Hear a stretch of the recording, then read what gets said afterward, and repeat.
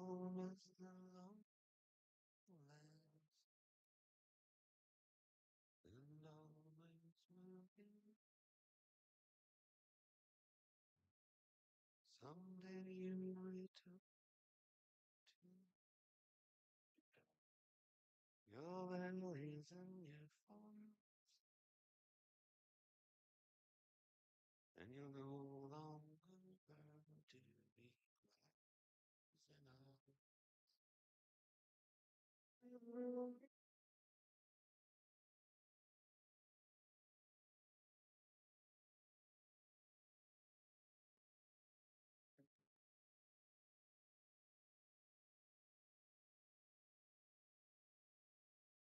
Through these fields of destruction,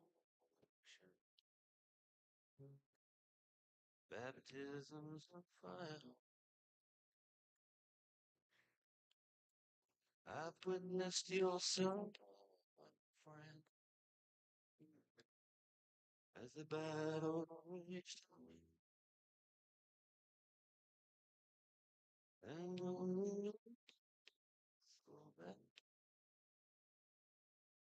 in the fear and the you did not desert me, my mother to say that.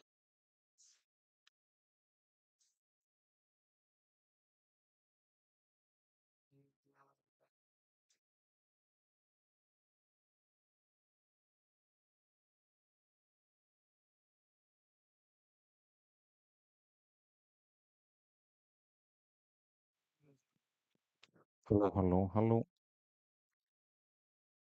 So many different and we have just one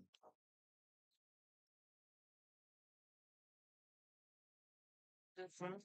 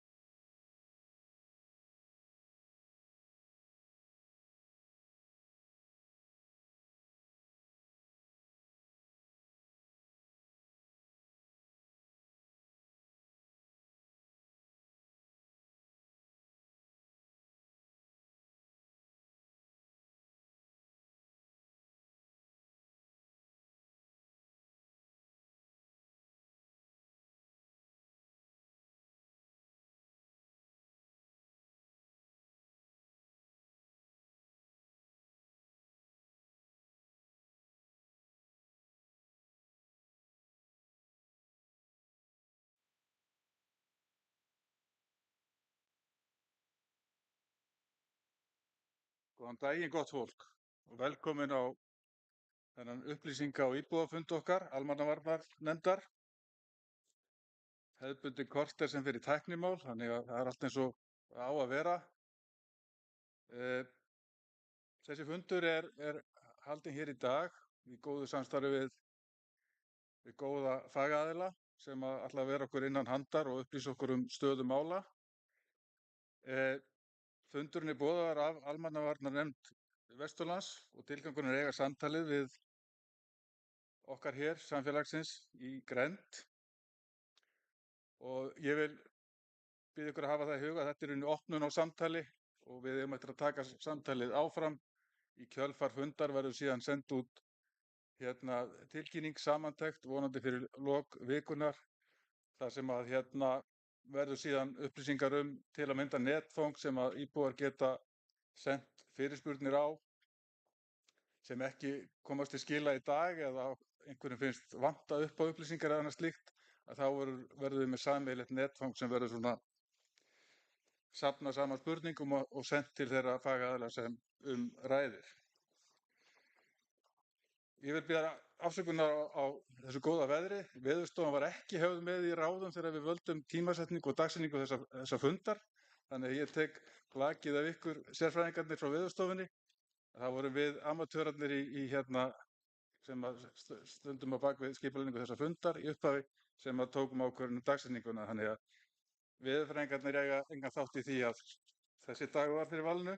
En engu síður vil ég segja að ég er mjög ánægður með að sjá þessa mætingu sem er hér í salnum og svo veit ég að það eru margir sem fylgjast með í streymi og það var einmitt tæknimálin sem aðeins töfðu upphafið á þessum fundi, en ég veit að við eigum eftir að eiga hér góðan og gagnlegan og upplýsandi fund, góða stund og aftur vil ég undirstrika það að þessi fundur er hvorki hann er ákveðið upphaf en hann er ekki endir á samtalinu því við þurfum að auðvitað taka mið af aðstæðum, framvindum mála og annað slíkt, þannig að hér erum við í dag, byrja þetta samtal og tökum það síðan áfram eftir því sem að þörf krefur að sjálfsögðu.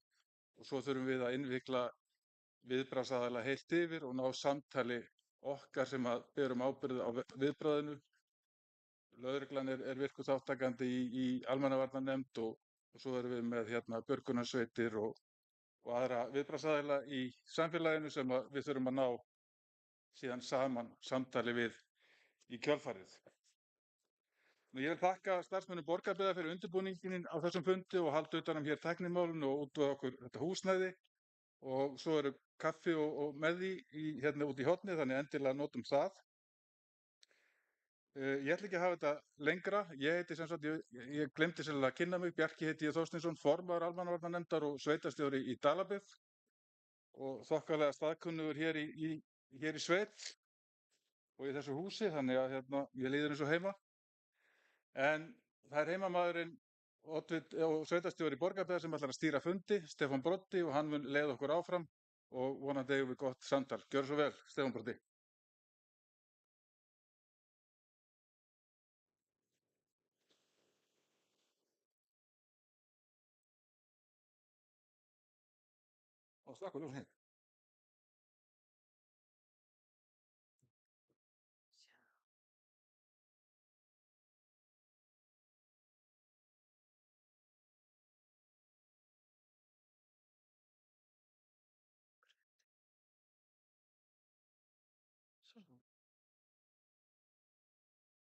Takk hérlega fyrir. Stefán Broddi heiti ég, Guðjónsson, og takk fyrir Bjarki og takk fyrir Kolbrún.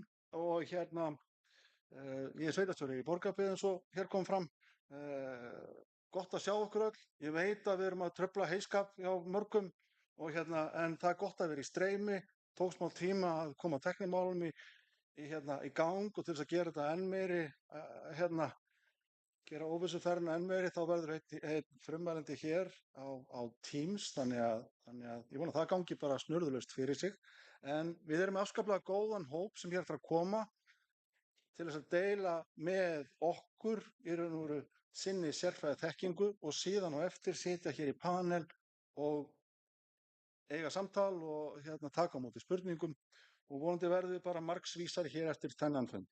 takk fyrir að koma og þeir sem koma hér á eftir, hún þarf að hefja hér kynningu eða svo sem fyrst flytur erindi verður hún Ásta Rut Hjartardóttir, hún er sérfræðingur í eldvirkni og sprungurhreyfingum hjá Veðurstofu Íslands.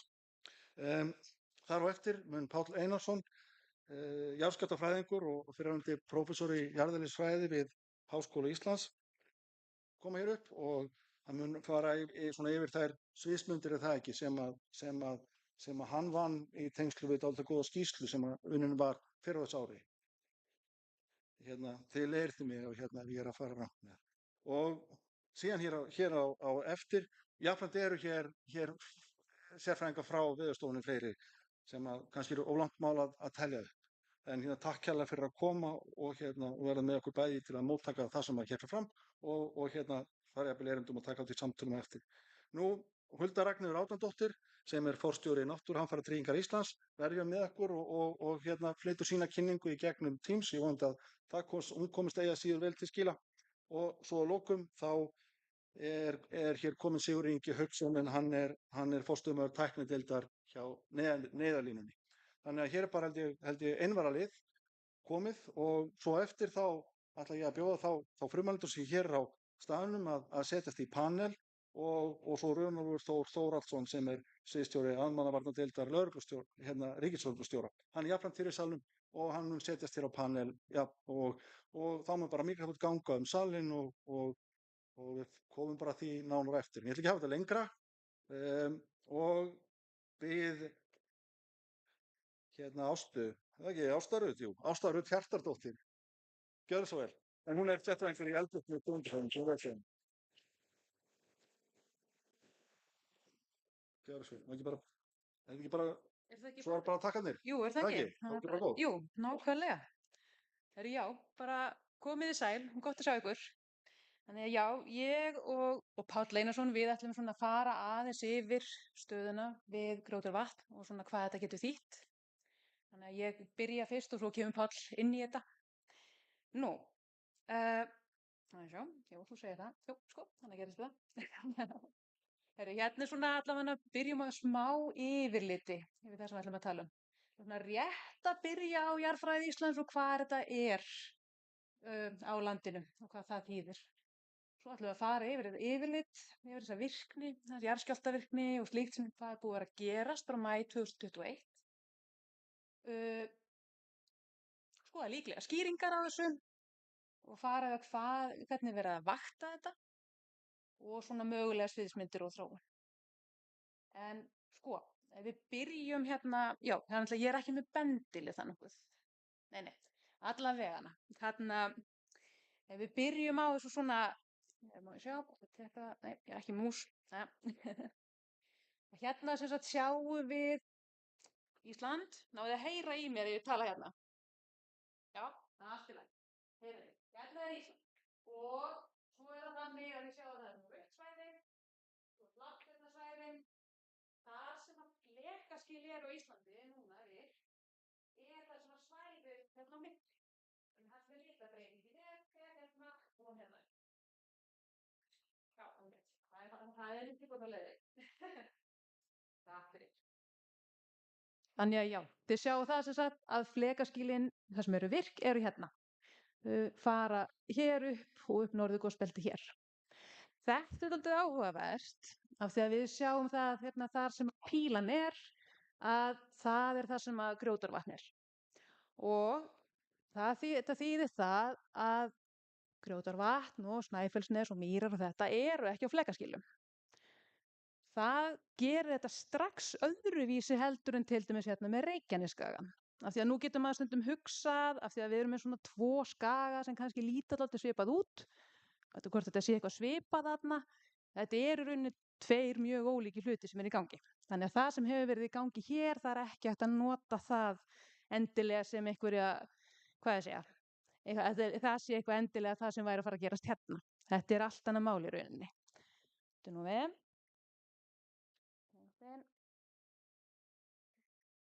Þannig að svona er þetta og þannig að hérna eru við með Snæfellsnes og Mýrar og við sjáum það á þessu svæði að það eru 3 eldstöðvakerfi.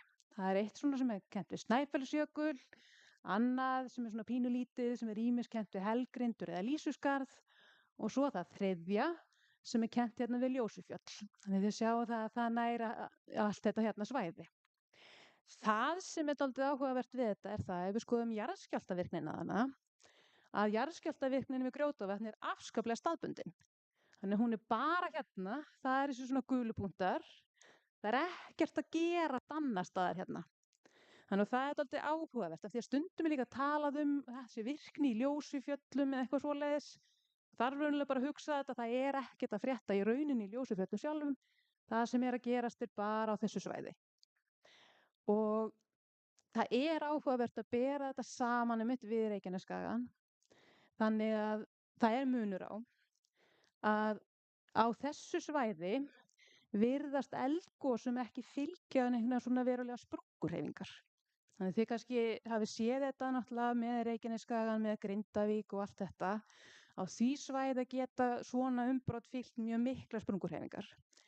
Það er aftur á móti ólíkt hér, það virðast eiginlega ekki vera neinar sprunguhreyfingar sem eru tengdar því. Og það er líka það sem maður bara sér með því að bera og horfa á jarðfræðina að við Reykjanes að það er allt fullt af ferskum sprungum sem að virðast hafa verið að hreyfast. Nokkuð nýlega kalla jarðfræðingar það þýðir síðustu 10.000 ár eða svo. En því er ekki til að heilsa á þessu svæði. Svo kemur hérna sama, annað mál, réttar að sagt. Það er engin tengsl á milli eldvirkni innan mismunandi eldstöðvakerfa. Það er að segja að það virðast ekki vera nein tengsl á milli þess að segjum til dæmis ef að það væri að gjósa eitthvað staðar hérna, að þá væri eitthvað líklegra að það væri að gerast hér. Það er ekki. Þetta er líka ólíkt því sem er í gangi á Reykjanesskaga. Af því að á því svæði, og þið hafa kannski heyrt talað það á Reykjanesskaganum, að þar sé það þannig að þegar eitt kerfi fara af stað þá sé líklegra hin kerfin fara af stað næstu dögum, örfáum hundruðum ára. Það er engin merki það að slíkt eigi við hérna. Já, og svo náttúrulega hérna líka. Það hafa líka verið færri eldgos á þessu svæði heldur en á Reykjanesskaga síðustu cirka 10.000 árin eða svo. Og svona hraunin hafa virðast vera tiltölulega lítil allavega flatamáli þeir eru þykkari á þessu svæði. Þannig að þetta var nú svona samanburðurinn við það. Nema það að við beitum svona ýmsum aðferðum við eftirlit og við notum jarðskjálftamælingar. Þannig að þær gefa til kynna sprungu eða kvikurhreyfingar af því að þegar sprunga hreyfist þá myndast jarðskjálfti og saman með kviku ef hún er á ferðinni, þá getur hún valdið svona smá jarðskjálftum líka. Svo, hérna dæmi jarðskjálftamæli. Hérna er síðan mynd af það sem við kallum GPS-mælir. Þetta hérna er bara, þið kannski þekki litlu GPS-tæki sem maður nota til þess að rata með. Þetta er bara rauninni alveg óbóðslega nákvæm útgáfa því atriði. Þannig að svona mælar geta mælt að jafnvel þótt að það sé bara svona nokkra millimetra hreyfing á jörðinni, að þá geta þið mælt. Og þannig að þeir eru notaðir, þannig að ef það fer að mælast landris, að þá er það þannig, það er kannski svona ef við ímyndum okkur að þetta sé svona yfirborð jarðar og svo eitthvað svona blaðar ofan í sem er að tókna út, að þá rís landið og svona mæla greina það. Svo erum við annars konar aðferðafræði líka til þess að mæla hvort að það sé landris eða einhver hreyfing á jörðinni og það er það að við getum notað gervitungl. En þá virkar það þannig að gervitungl að það fer yfir og tekur svona mynd eða svona ratamynd. Svo geta liðið dagar, vikur, mánuður, ár og þá kannski er það aftur að fara yfir og það tekur aftur svona mynd. Þannig að það sem að það gerir í rauninni, þetta er gervitunglið, hérna er jörðin, að það er í rauninni að mæla vegalengdina hérna þar til að lendur jörðin og fer aftur tilbaka. Þannig að ef að allt í einu jörðin ekki lengur hérna, heldur það er bara allt í einu búið að hækka eða sem sagt jörðin er búin að hreyfast, það er búið að vera landris, þá greinist þetta. Hérna er mynd hérna frá Reykjanesskaganum, hérna er Svartsengi og þá kemur svona mynd út. Þannig að við sjáum það svona rauða hérna kúlu þar sem það er landris. En ólíkt hérna Reykjanesskaga þá er landris, það hefur ekki mælst í tengslum við virkninu við Grjótavatn. En það er svona kannski ágætt að fara aðeins yfir jarðskjálftavirknina sem hefur verið. Þannig að þetta er jarðskjálftavirkni sem hófst í maí 2021. Þannig að þetta er búið að vera í gangi í 4 ár. Hún jókst síðan töluvert haustið 2024 en hefur þá sem sagt síðasta árið verið nokkuð stöðug. 3 stærstu skjálftarnir sem voru 3,7 að stærð þau eruðu í apríl, maí og júní á þessu ári.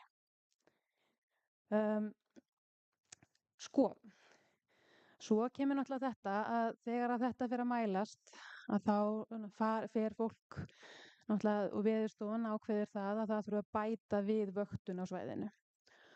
Og þannig að það sem var gert var það að var bætt við 2 jarðskjálftamælum, annars vegar hérna við Hítardal og hérna sem heitir Grásteinn hérna við Grímsstaði. Þetta veldur því að kerfið það verður næmara og sem sagt það er farið að nást frekar að mæla litla skjálfta. Þannig að hérna sjáum við svona línurit og hérna sjáum við stærð skjálfta og svo er tíminn hérna.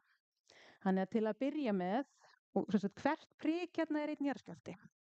Þannig að eins og þess hérna, þetta prik, þetta er 3 stiga skjálfti. Það sem þið sjáu hérna er það að það vantar dálítið litlu skjálftana. Það er eins og þeir séu ekki þarna. En þeir eru þarna, en þeir bara nást ekki að mælast af því að mælirinn í rauninni var og er hérna á Ásbjarnarstaði 30 kílómetra fjarlægð frá skjálftunum. Þannig að hann bara næri ekki að greina það ef þetta er litli skjálftar. Síðan ef skjálftamælunum hérna í Hítardal bætt við, þá sjáum við það að það fara að mælast minni skjálftar. Svo er hérna Grásteins skjálftamælunum bætt við og við fórum að mæla ennþá minni skjálfta. Jafnframt verður staðsetningin á jarðskjálftanum nákvæmari. Og það á einnig við dýpið. Af því að það er svona smá þumalputtaregla í jarðskjálftafræði að ef það er mjög langt í næsta jarðskjálftamæli, eins og var til að byrja með, þá voru einhverjir 30 kílómetrar í hann, þá voðalega lítið að marka dýpið á jarðskjálftanum. Þannig var staðinn til að byrja með og þá áður en þegar jarðskjálftamælirinn hér var bara einn á ferð, eða sem sagt sá næsti, að þá var jarðskjálftar að mælast á alls konar dýpi. Þannig þið sjáu hérna dýpi frá 0 og upp í 25 kílómetra. Þannig þá var bara eins og jarðskjálftinni væru á alls konar dýpi. Leit þannig út. Síðan var þessum Hítardals jarðskjálftamæli bætt við og þá hoppuðu niður, en þarna sjáu þið síðan aftur að það er eins og það komi upp eitthvað. Það er bara einfaldlega út af því að Hítardalsstöðin datt út í smá tíma. Þannig að þá náttúrulega er þetta aftur bara þannig að Ásbjarnarstöðin svo eina og þá fer þetta bara allt einhvern veginn þannig. Þannig að þá bara aftur kerfið erfitt með að greina á hvaða dýpi skjálftanir eru. En svo kom Hítardalsstöðin aftur inn og jarðskjálftanir hafa haldið sig hérna á þessu dýpi sem er svona 15-20 kílómetrar. Og svo bætist hérna Grásteinsstöðin við og það er bara ennþá hérna þannig að þetta er á 15-20 kílómetra dýpi og hefur haldið sig þar. Þannig að þetta er þannig að aukinn fjöldi mæla að það er miklar óvissu í úrvinnslu jarðskjálfta, bæði varðandi dýpi og staðsetningu. Svo er það líka þannig að jarðskjálftafræðingar Veðurstofunnar eru búin að fara mjög vel yfir þessa skjálftavirkni. Og eitt af því sem þeir hafa gert er það að keyra það sem við köllum svona háupplausna staðsetningar. Það er bara aðferðafræði til þess að finna mjög nákvæmlega á hvaða dýpi jarðskjálftarnir eru. Og það endar bara á sömu niðurstöðu eins og áður að þetta er á 15-20 kílómetra dýpi og hefur ekki verið að færa skrinnra. Svo er það með aflögunarmælingar. Þannig að það er búið að bæta við 4 svona GPS-mælum inn í vöktunarkerfi Veðurstofunnar. Þannig að það er hérna Hraunholt og Hítardal og svo er hérna 2 mælar sem að Náttúrufræðistofnun sem er með, sem er þá komnir inn í vöktunarkerfið. Þannig að það þýðir það að þeim er bara streymt og þeir fara beint inn í kerfi Veðurstofunnar, þannig að það er verið að fylgjast með þessu. Og já, þannig að hérna til dæmis sjáum við niðurstöður á því hvað kemur út úr svona GPS-mæli. Og hérna sjáum við það að til dæmis þetta hérna línurit sem er nær okkur, hérna, allir þessi þrír, þetta er frá Hítardal.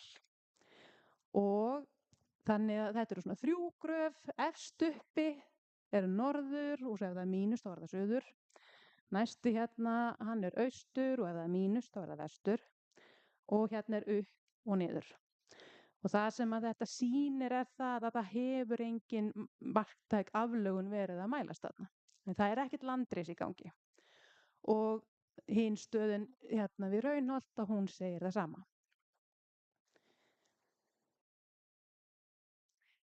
Þannig að þá er það spurningin, hvað eiginlega veldur þessari jarðskjálftavirkni?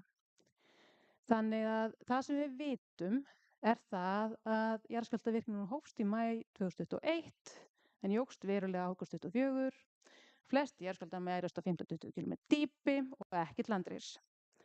En það er samt þannig að þótt að engin aflögun eða landris hafi mælst á yfirborði, að þá útilokar það ekki að kviku sé að finna á miklu dýpi.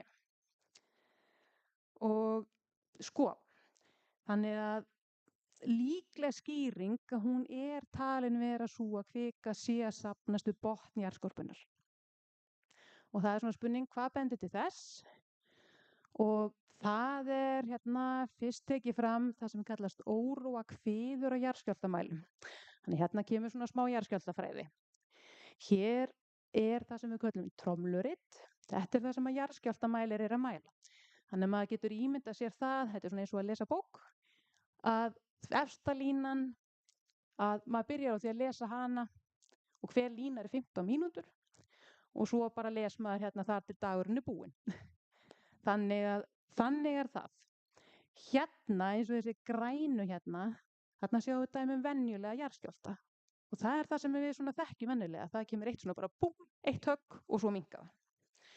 Óróakviða aftur á móti er eins og þessi hérna, þið sjáu þennan hérna græna. Þetta er eitthvað svona pínulítill titringur sem bara heldur áfram í lengri tíma. Og ég náði ekki einu svona almennilega að lesa hvort þetta sé, já, þetta eru 15 en þetta er líklega meira en það. Ég veit ekki hvort þetta er 15 eða 40 mínútur. Þannig þetta er bara eins og að stór hluta fundinum okkar væri bara pínulítill titringur, bara lengri tíma. Þetta er svo pínulítið að auðvitað náttúrulega finnum við þetta ekki, en jarðskjálftamælar eru það nákvæmir að þeir geta tekið eftir þessu. Svo er það annað að jarðskjálftarnir eru á miklu dýpi, þannig að það er líka eitt sem er dálítið svona kvikulegt. Staðbundin og þrálát jarðskjálftavirkni, þetta bara heldur endalaust áfram, það er líka svona bendir í þá áttina. Svo kemur hérna eitthvað svona jarðskjálftafræði hugtak sem heitir hátt B-gildi. Það er í herralagi þarna. B-gildi, það sem þetta þýðir á mannamáli er bara það er bara mjög mikið af litlum jarðskjálftum miðað við það sem bara mjög fáir stóri jarðskjálftar eða eitthvað svona stærri jarðskjálftar. Þannig að það er það sem er svo oft aldrei kvikulegt, það er eiginlega bara margir litlir jarðskjálftar. Já, og svo náttúrulega tíminn sem að virknin hefur staðið í, það er að segja að þetta er búið að vera í hátt í 4 ár. Þetta er langur tími. Nú, þannig að hérna er svona, er að reyna að sýna svona ef við myndum horfa ofan á landið, að hvernig þetta gæti hérna, ef maður myndi kíkja undir, hvernig þetta gæti mögulega litið út. Þannig að þá erum við með jarðskorpu hérna, svona 15-20 km dýpi og svo möttul hérna undir og þá er þetta svona eins og kvikusöfnin hérna á 15-20 km dýpi og svo kannski verður kvika að koma aðeins inn hérna. Og landris, það myndi mælast ef að rúmmálið á þessari kviku verður nægilegt. Þannig þetta er greinilega ekki orðið svo mikið að þetta sé, já, ekki orðið mælegt fyrir það. Ég held að það sé komið að Páli.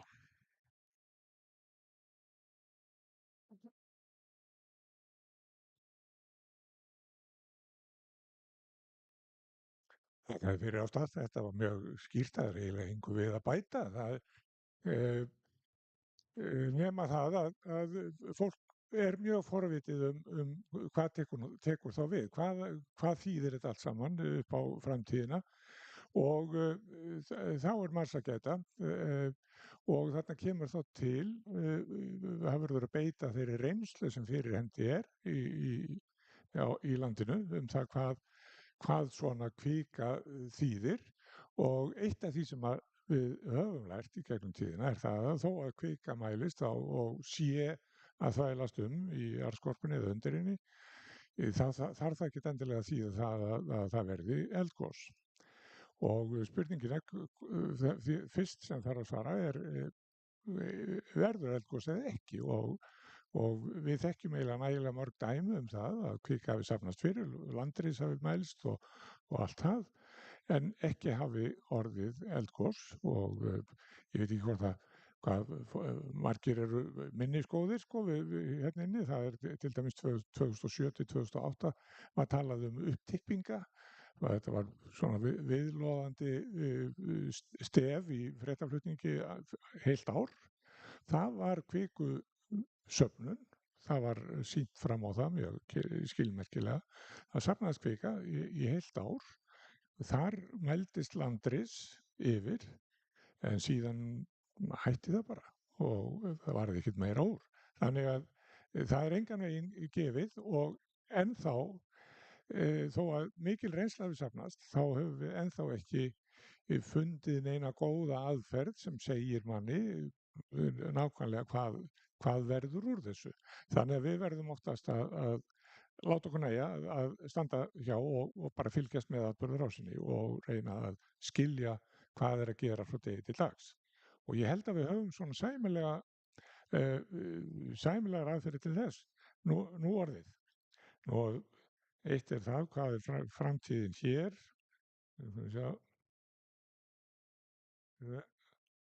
Byrjum hérna. Þetta er sem sé, við setjum þetta gjarnan upp sem sviðsmyndir, þetta hugtak sem er mikið notað í svona hamfarafræðum og alls konar spádómsfræðum framtíðina. Þetta er nýyrði í raun og veru tekið úr sviðslistum og fjallar það sem sé við segjum sem hvað ef þetta er, hvað býður þetta upp á margar tegundir af atburðarásum og hver atburðarásin er þá ein sviðsmynd hérna og þær geta síðan greinst í sundur og hérna tökum við þá fyrst kvikusöfnun á dýpi sem stendur yfir í takmarkaðan tíma. Það getur allt eins gerst að þetta stoppi bara, hreinlega aðstreymi kviku stoppar og kviku innskotið sem er þá þarna niðri, það bara storknar og kyndir kannski undir svolítið jarðhita til framtíðar og er að því leyti eiginlega hið gagnlegasta mál. Og við þekkjum sem dæmi þetta og umbrotin á Reykjanesskaga, þau byrjuðu með þessum hætti. Þá byrjaði með landrisi í Svartsengi árið 2020 og gerðist raunar þrisvar sinnum það ár að þá byrjaði landris og með skjálftavirkni og öllu tilheyrandi og hætti svo aftur eftir svona 3 vikur eða svo og byrjaði síðan aftur og það tók svona tilhlaup, kvikan tók sem sé svona 5 tilhlaup 2020, 2021 og 2022 þangað til að lokum í lok árs 2023 að í 7. sinn sem að reis í landið reis í Svartsengi þá varð kvikuhlaup og ganga inn skot undir Grindavík eins og allir muna í október og nóvember og svo síðan hélt þetta landris áfram og heldur áfram enn þann dag í dag og við erum að fylgjast með því á hverjum degi núna hvernig landið rísa í Svartsengi. Það er búið að rísa stöðugt síðan haustið 2023 en það tók 5 tilhlaup áður. Sama var með Eyjafjallajökulsgosið 2010. Það tók ennþá lengri tilhlaup. Það byrjaði með kvikuinnskoti árið 1994 og síðan aftur 99 og aftur 2009 og í 4. skipti 2010 og það var ekki fyrr en þá sem að það dugði til þess að koma kviku upp á yfirborðið í gosinu 2010. Þannig að gosið í Eyjafjallajökli átti sér aðdraganda í 18 ár, að minnsta kosti. Svoleiðis að núna erum við búin með 4 ár hér á þessu eitthvað sem lítur mjög svipað út að mörgu leyti eins og þessi kvikuinnskot sem ég nefndi, en framtíðina er eiginlega ómögulegt að segja. Það getur vel verið að þetta hætti bara einn góðan veðurdag. Það getur líka haldið áfram í mörg ár áður en það getur leitt til goss. Síðan þetta er sem sé fyrsta sviðsmyndin. Það er það að kvikusöfnun standi í ákveðin tíma og hætti síðan. Þetta leiðir til jarðskjálfta og jarðskjálftahrina á meðan á þessu stendur og áhrifin eru mjög staðbundin. Og það er rétt að taka það fram að þetta þegar við erum að tala hér um jarðskjálfta, þá erum við ekki að tala um einhverja hættulega atburði. Jarðskjálftar í þessu fagi eru hinnir gagnlegustu. Það er að segja við erum ekki að tala um einhverja hamfarir sem að valda tjóni. Stærsti jarðskjálfti er 2,7 að stærð. Það er lítill jarðskjálfti. 3,7 að stærð. Það er lítill jarðskjálfti. Það er svona varla að hann finnist næstu upptökunum. Þannig að við erum ekki að tala um skjálftahættu hérna í neinu af þessu. Jarðskjálftarnir eru eins og mjög gagnlegir vegna þess að þeir segja okkur að það er eitthvað að vera. Og þeir beina athyglinni að svæðinu þar sem eitthvað að vera.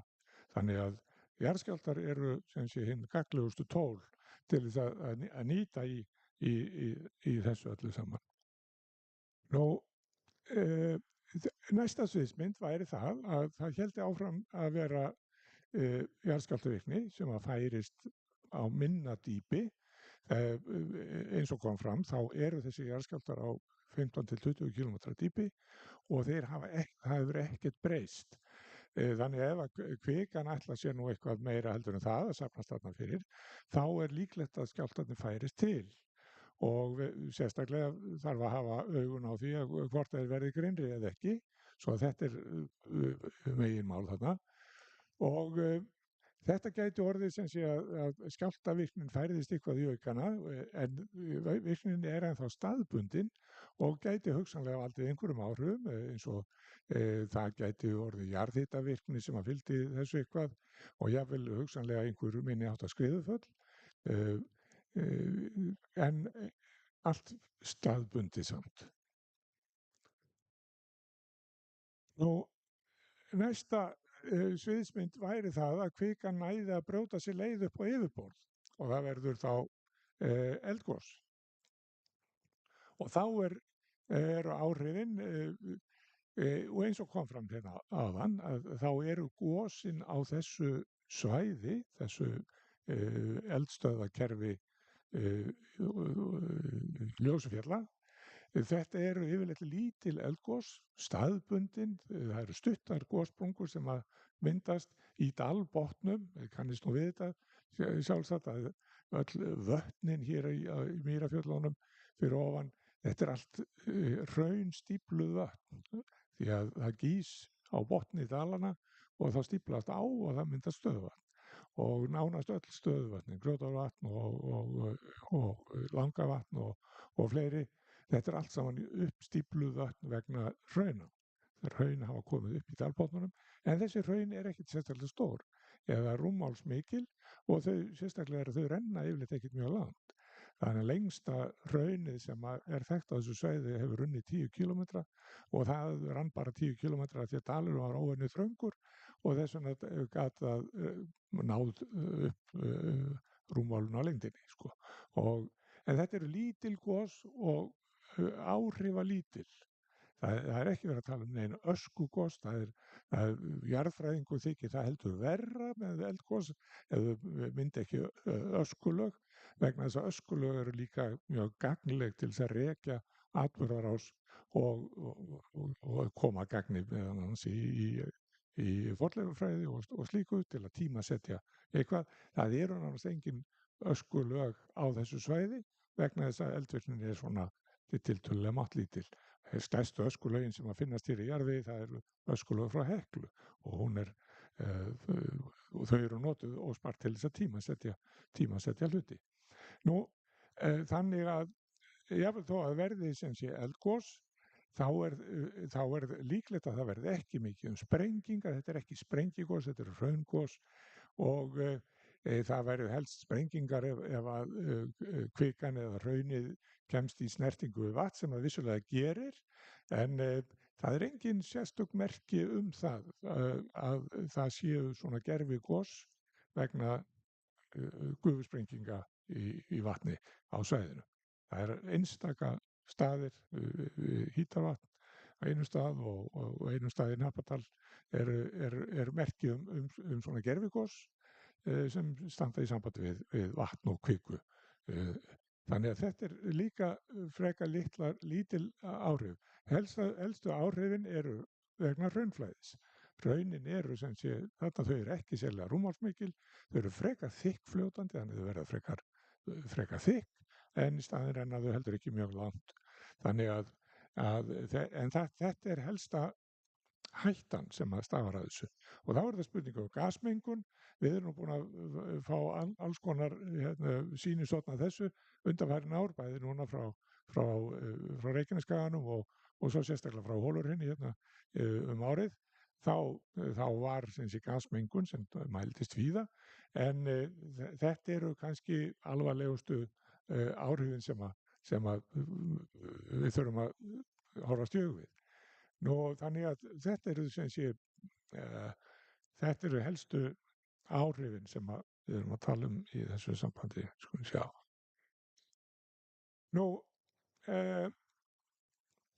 Þá er það spurningin, ef við gerum ráð fyrir þessari sviðsmynd að þetta verði gos, þá er næsta spurning, hvar er þá líklegasta gosverði?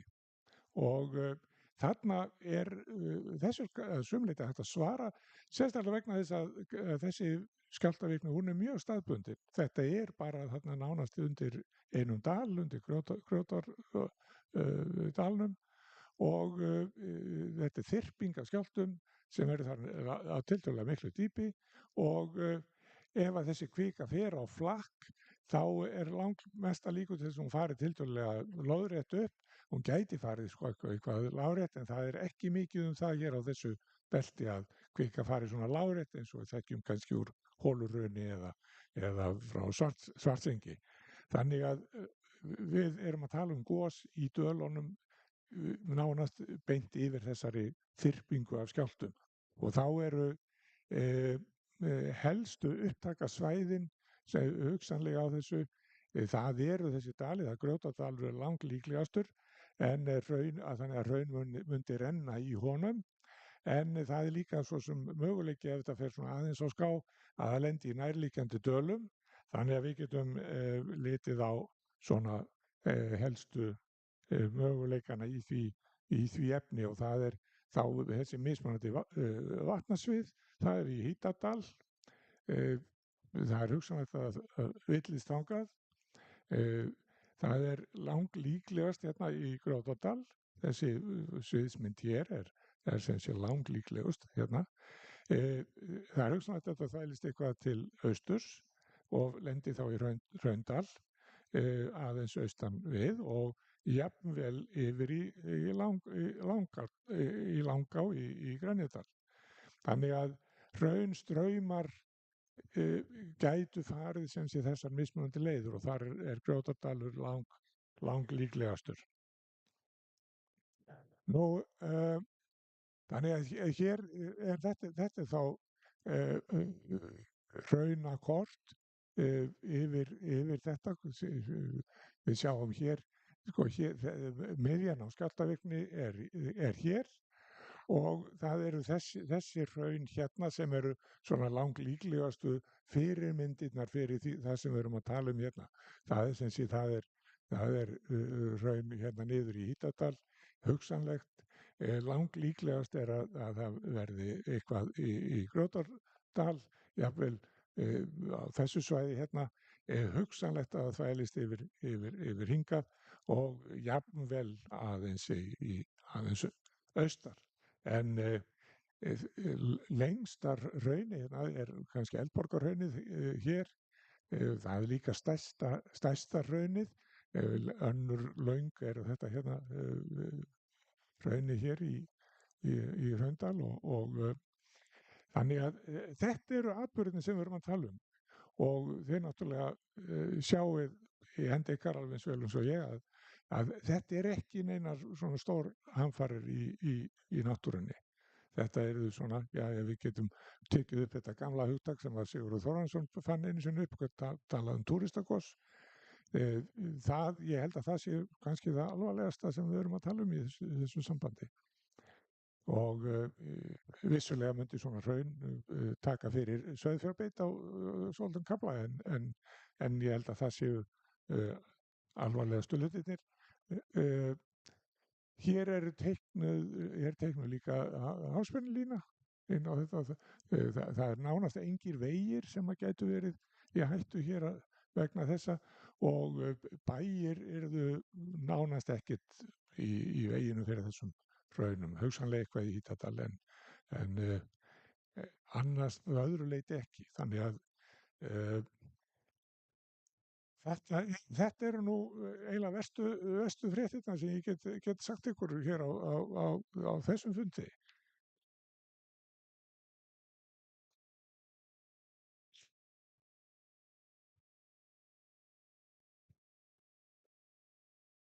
Já, við getum kannski tekið næstu glæru aðeins saman, Páll. Heyrði, svona, hún snýst hérna aðdraganda mögulegs eldgos. Þannig að við myndum svona kannski búast við því að við færum að sjá landris ef að það væri líklegt að eldgos færi að eiga sér stað. Þannig að vonandi getum við farið að sjá það og líka breyting á jarðskjálftavirkni, jarðskjálftinn færi að skrinnra. Og já, ef það er svona eldgos yfirvofandi þá sést það nú bara mjög ákveðið. Það kemur mjög áköf jarðskjálftar hérna.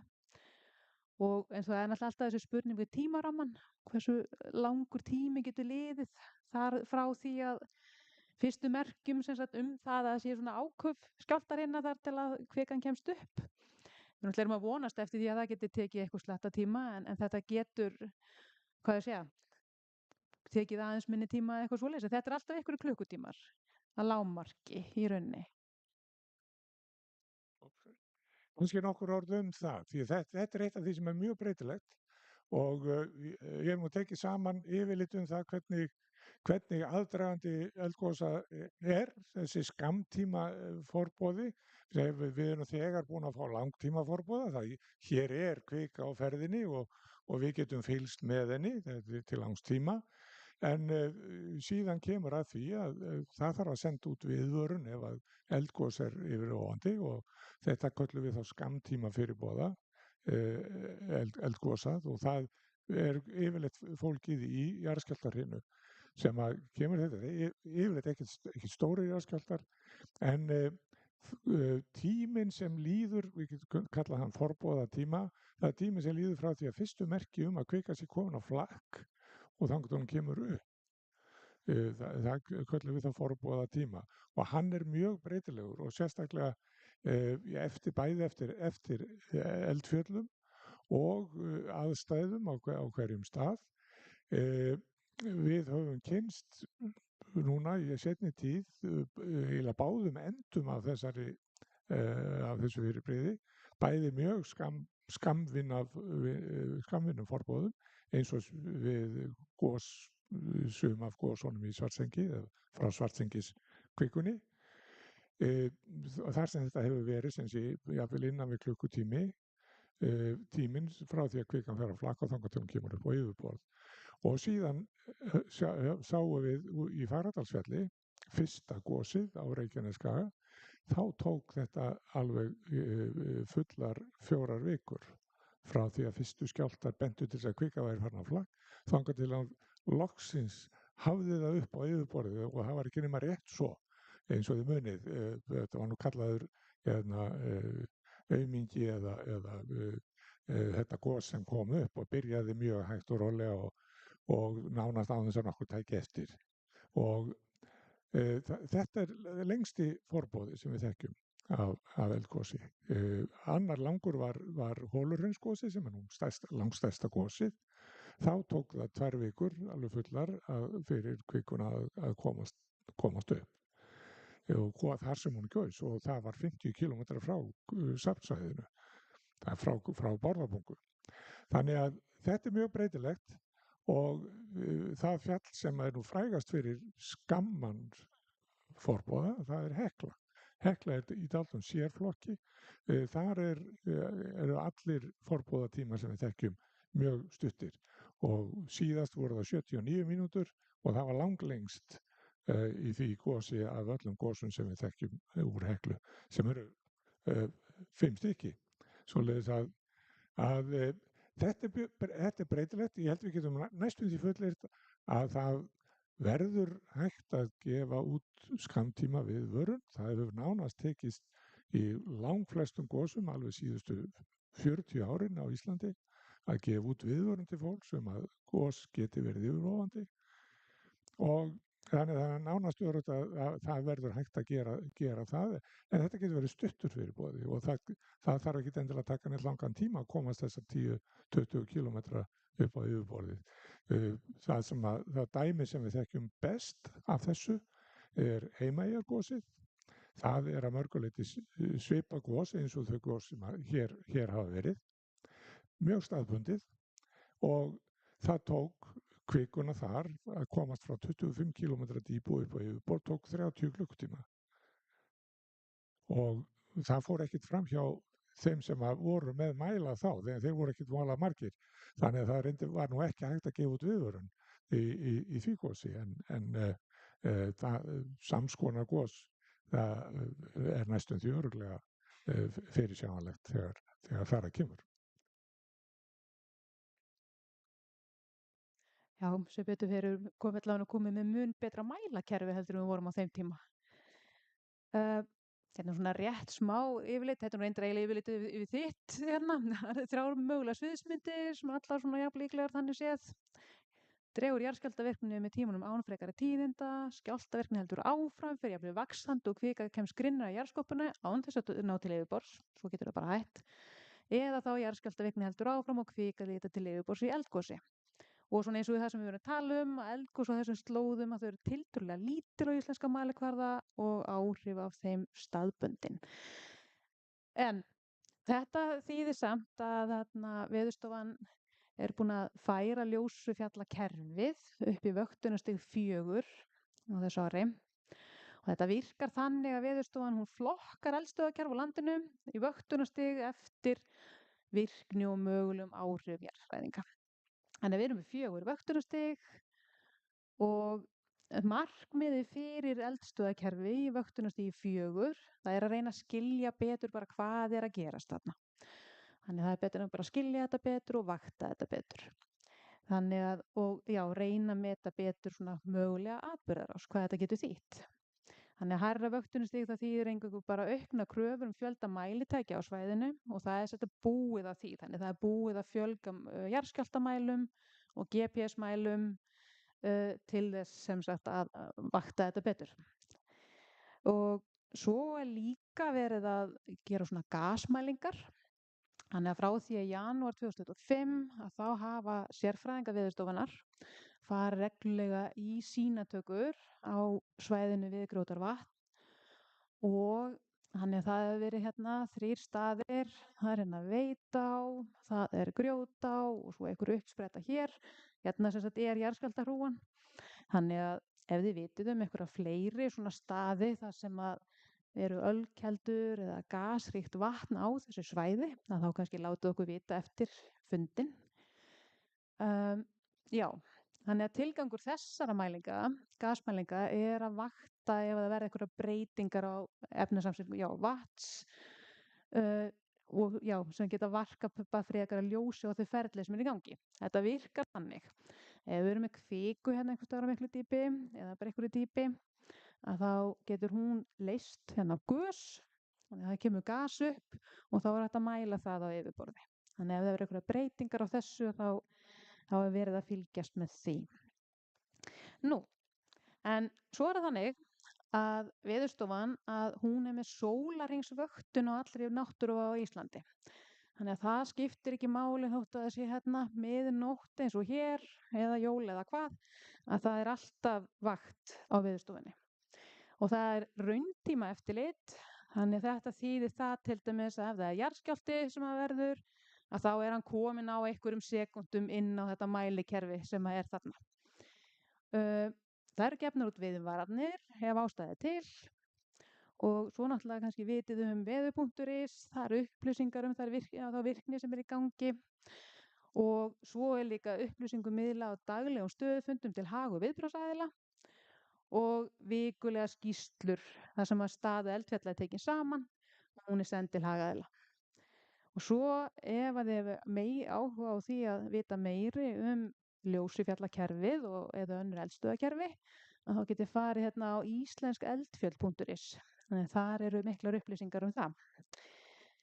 Þannig að já, þetta er nú bara svona samantektin, ég veit ekki hvort við að fara eitthvað sérstaklega yfir það eða bara láta þetta gott heita.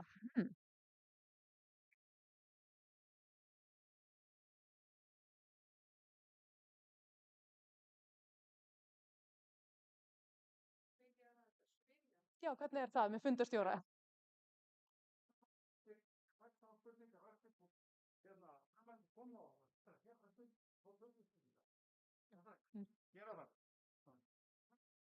Kærar þakkir fyrir. Nú er önnur tölva að koma á staðinn og takk hérlega fyrir Ásta Rut og Páll. Afar forvitnilegt og áhugavert og ég veit að sjálfur vakna kveikt ýmsar spurningar en auðvitað tók maður eftir þegar þarna kom mögulega versta-sviðsmyndin. Það kom fram þannig að það er áhugavert að sjá hvernig hún þá gæti litið út og jafnframt hver svona tíminn er eftir því sem að frá því eitthvað gerist og þar til ef úti það færi að kvika kæmist upp á yfirborðið. En þá er það hún Hulda Ragnheiður Árnadóttir, hún er ekki að tengja hana bara hér. Svona.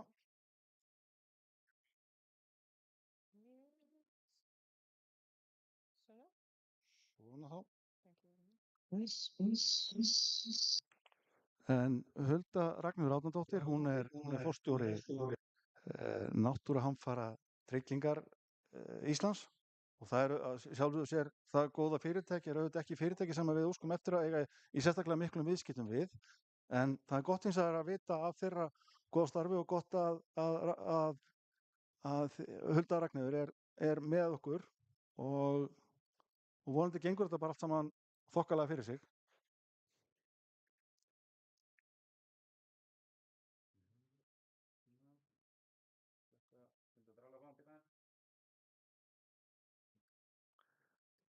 En ég man alltaf eftir því þegar ég var ekki búinn að vera mjög lengi í starfi þegar að fréttamaður hafði samband við mig og það var á sunnudagsmorgni og spurði hvort ég vildi koma eitthvað komment á jarðhræringarnar og ég var svolítið hugsa til kollega míns Fannars í Grindavík og þetta var ekki alveg til að það sem ég reiknaði með í mínu starfi hér í Borgarbyggð en það segir mér bara að landið og jörðin er óútreiknanleg en við vitum samt býsna vart og erum alltaf að læra meira eins og við fræddumst nú í fyrirlesturinn hér áðan. En erum við komin á, já, það er þumaldur horninu þannig að Ljómandi, takk fyrir kærlega. Já, gaman að fá að vera með ykkur á þessu fundi. Ég hefði gjarnan vilja vera með ykkur eigin persónu en það gekk ekki vegna annarra skipulagsmála þannig ég bara fagnaði samt að fá tækifæri til að ræða aðeins við ykkur og ég reikna með að glærunum verði flett fyrir mig jafnóðum og ég fer áfram. Ég sé ekki glærurnar í flettingu hjá ykkur. Það er væntanlega væri hægt að setja þær upp á skjáinn eða hvernig er best að gera það?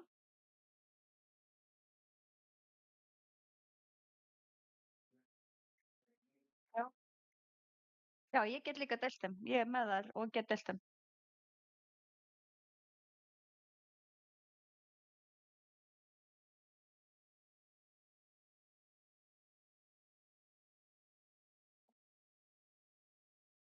ég hef fulla trú á þessu. Þetta er alveg að fara að gerast.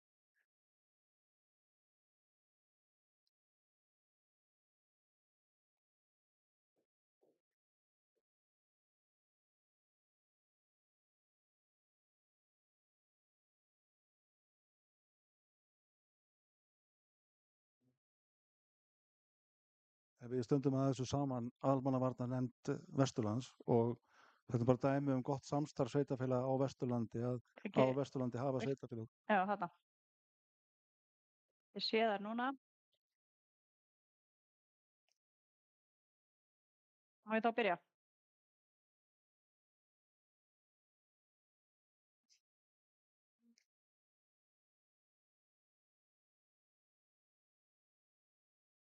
Það er alltaf smá svona tæknivandamál þegar er í þessu stúsi. Ég vonaði yfir okkur það. En ég held bara með mína góðu sögu á almannavarnanefnd Vesturlands. Hver vill ekki heyra hana? Þið vil Að- láta mig að vita hérna- þegar mér er rólegt að byrja. Þetta er bara dæmi um Viltu gott ekki samstarf taka aðeins sveitarfélaga. úr? Við stöndum. Já, Þegar ég hringi mig og segja ykkur hana.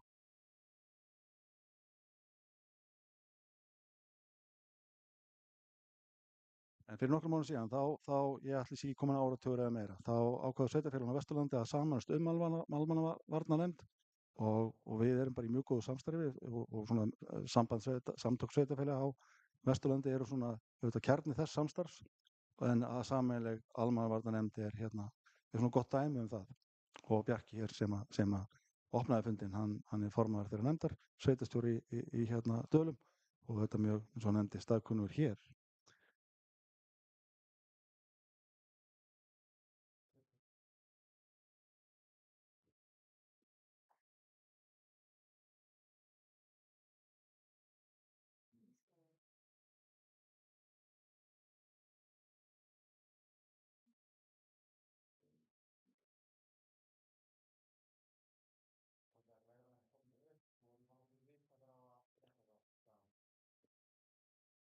Stefína. Heyrðu, þá skulum við bara byrja á fyrstu glærunni, þar sem að við förum aðeins yfir forsöguna að því að Náttúruhamfaratrygging Íslands var stofnuð. En eins og landsmenn vita þá varð eldgos í Vestmannaeyjum árið 1973 og síðan strax í kjölfarið þegar við förum á næstu glæru þá var snjóflóð í Neskaupstað árið 1974 sem var mannskætt snjóflóð og olli miklu tjóni og fyrst og mannskæðu tjóni líka, þannig að það var verulega svona mikið höggvið í landan þarna með stuttu millibili og í kjölfarið á þessu þá var ákveðið að það þyrfti að gera breytingar á því kerfi sem að þá var. Í rauninni var það einungis ríkissjóður sem gat brugðist við með framlögum til þeirra sem að fóru illa út úr þessum tjónum og það hafði ekki verið hægt að kaupa neina tryggingar fram að því. Og í upphafi árs 1975, fyrir akkurat 50 árum síðan, þá var sett á stofn tryggingafélag sem að heitir Náttúruhamfaratrygging Íslands sem að í rauninni var gert rekstrarfært og sett inn siðgjöld inn í samhliða brunatryggingariðgjöldum fólks var byrjað að innheimta skyldutryggingariðgjald sem að rann til viðlagatryggingar. Stofnunin hét Viðlagatrygging fram til ársins 2018 þegar henni var breytt í Náttúruhamfaratryggingu Íslands og er svona í daglegu tali kölluð NTÍ og hugmyndin með þessari nafnabreytingu var í rauninni að færa nafnið eilítið nær svona tilfinningu fólks fyrir því hvaða hlutverk stofnunin hefur, af því að svona yngra fólk í dag kannski tengir ekki viðlagatryggingu beint við náttúruhamfarir en það var mjög algengt að fólk var að koma með svona allra handana tjón sem ekki fengust að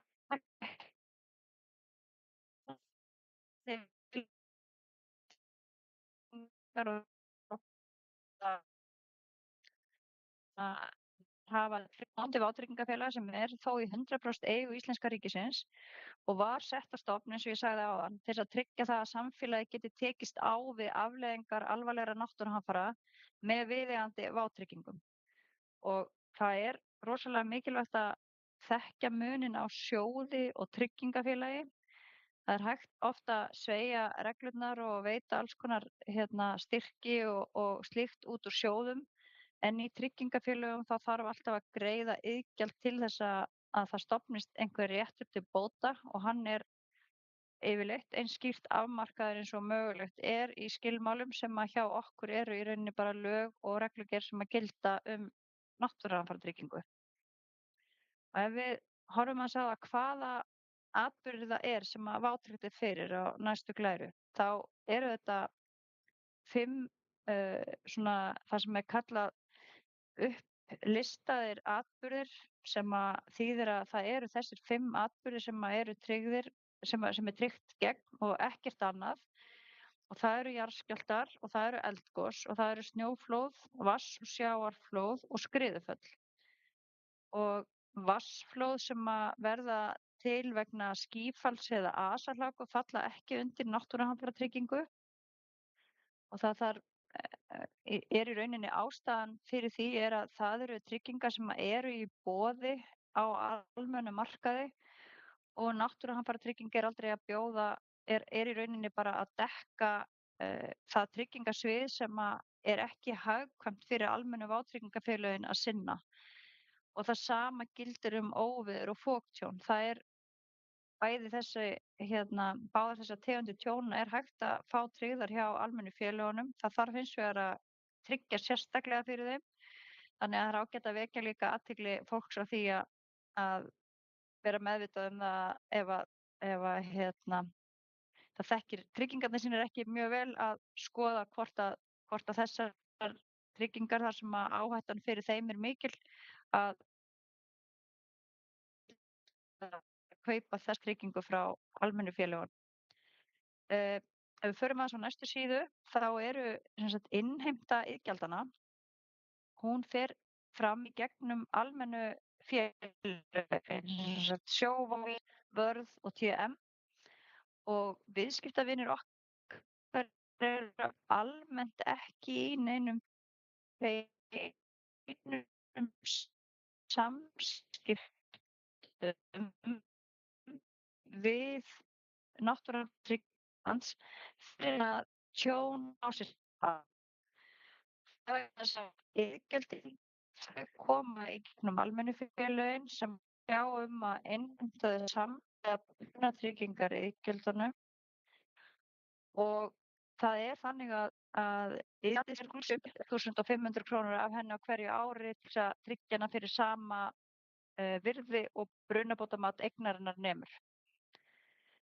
Ég vona að þetta sé ekki of ruglingslegt, en það er þannig að innbú og lausafé, það er ekki skylda að tryggja það brunatryggingu eins og er skylda gagnvart öðrum brunatryggðum eignum sem eru fasteignirnar.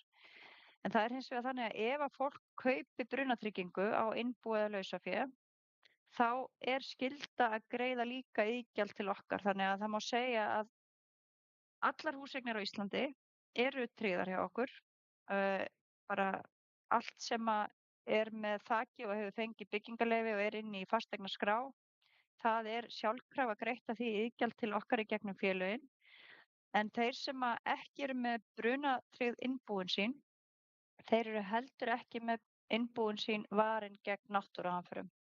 Það er bara einfalda reglan og það er sem sagt, við tryggjum sem sagt fasteignirnar, grunnurinn þar fyrir vátryggingafjárhæðin er brunabótamati sem kemur frá Húsnæðis- og mannvirkjastofnun.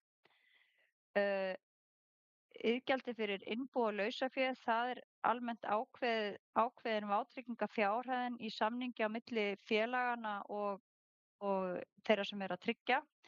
Og þar er gríðarlega mikilvægt að fólk hugi að því að fjárhæðirnar sem það er að tryggja fyrir innbúin og lausafé, það endurspegli raunverulegt virði eignanna og það er kannski það sem við fáum oftast að sjá þegar tjón hefur orðið, að það kemur fólki á óvart þegar það fer að tína saman innbúin sín að 20 milljónir duga ekkert endilega fyrir innbúi fólks. Það eru eða 7 milljónir eða hvað sem það fólk hefur valið að vera með í innbústryggingu og þegar það fer að tína saman allt og sér fyrir sér að þurfa að kaupa algjörlega nýtt innbú, að þá er allt of algengt að fólk er með vanmat á innbúinu og þetta er svona hluti þetta sé rétt fyrir alla að huga að, sérstaklega ef maður hefur áhyggjur af því að það gætu átt sér stað tjón.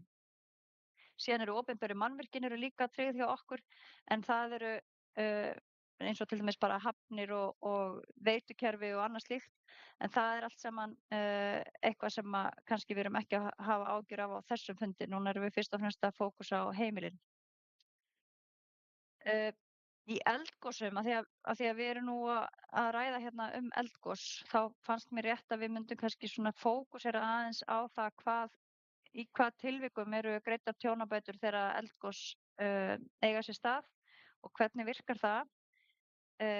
Það er almennt 2% eigin áhætta af hverju tjóni, sem þýðir að lágmarki greiðir fólk alltaf 2% af hverju tjóni í eigin áhættu, en að lágmarki 400.000 krónur fyrir húseignir og 200.000 fyrir lausafé. Það þýðir í rauninni að alveg sama hvað tjónið, af hvaða völdum tjónið er, að ef það er lægra heldur en 400.000 vegna húseignar, þá fæst ekki greitt út úr tryggingunni hjá okkur. Það er ekki fyrir að fjárhæðin fer yfir það sem við greiðum það sem er umfram 400.000.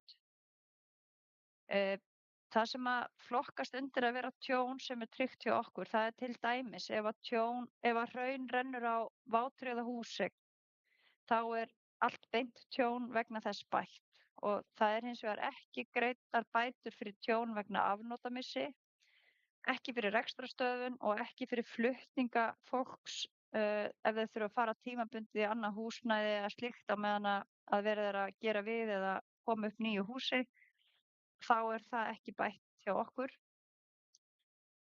Almennt eru það þá svona horft á slíka hluti í samstarfi almannavarna og sveitarfélaganna á hverjum stað, og það eru yfirleitt bara þjónustumiðstöðvar sem hjálpa fólki að finna út úr slíkum þáttum. Ef aska fellur á húseign þannig að hún brestur undan álagi, þá er slíkt tjón bætt, en það er ekki bætt tjón, en það er ekki talið vera tjón, skulum við segja, þó að þunnt öskulega falli á húseignir, svo fremi að hægt sé að skola því í burtu án þess að skemma eignina. Og það er kannski, ef við horfum bara til þess, að það getur verið öskufall á Austurlandi þegar það er tjón bara í Heklu, eða hvernig sem það er, Austur- og Norðurlandi, þannig að oft er áhrifasvæði öskunar mjög víðfeðmt án þess að valda raunverulegu beinu tjóni.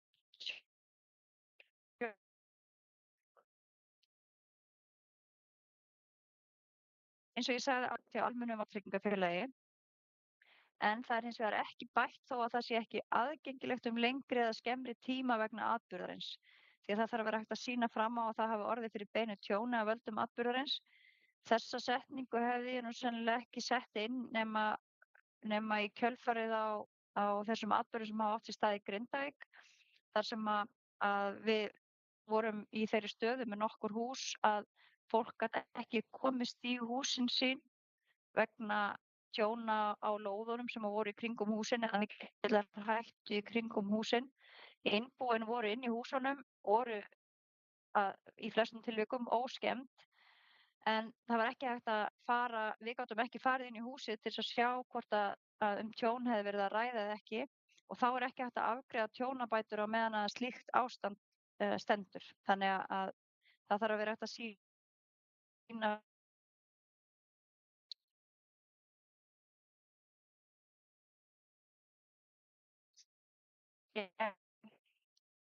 ef við förum síðan á glæruna þar sem við segjum hvort það sé hægt að tryggja bíla gegn náttúruhamförum eða ekki. Almenna reglan er sú að bifreiðar eru ekki vátryggðar hjá náttúruhamfaratryggingu gegn náttúruhamförum. Þær eru einfaldlega ekki skyldutryggðar, og NTÍ er eingöngu að sinna þessum skyldutryggingum almennt séð. En það eru þó dæmi á sumum svæðum að fólk velji að kaupa sérstaka brunatryggingu á bílana sína sem lausafé, vegna þess að bílar eru í raun lausafé þar sem að þeir eru ekki fastir einhvers staðar á einum stað. Og þannig er hægt að tryggja það að það renni iðgjald til NTÍ fyrir því sem nemur verðmætum bílsins. Og þetta var sérstaklega fjallað þetta í aðdraganda að eldgosum sem voru í Grindavík og þá var það stjórnarákvörðun að taka afstöðu til þess að þetta teldist ekki vera, það væri ekki verið að fara fram hjá reglunum og það væri heimilt að kaupa brunatryggingar á bílana til þess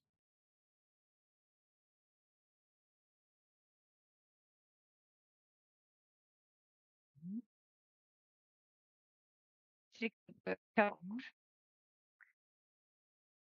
Það var svona aðeins yfir það hvað mig langar til að skilja ykkur fundargerð. Segja þetta þrjú atriði sem að mér væri og mikilvægt að allir yfirfari brunabótamat sinna húseigna til að staðfesta að mat endurspeglir algengt að fólk áttar sig á því þegar tjón hefur orðið að brunabótamat eignarinnar það skilur ekkert í því að það hafi ekki verið búið að skoða það fyrir löngu síðan hvort að brunabótamati væri rétt eða ekki. Ég bara segi núna ættu allir að fara heim og horfa yfir sínar tryggingar og sjá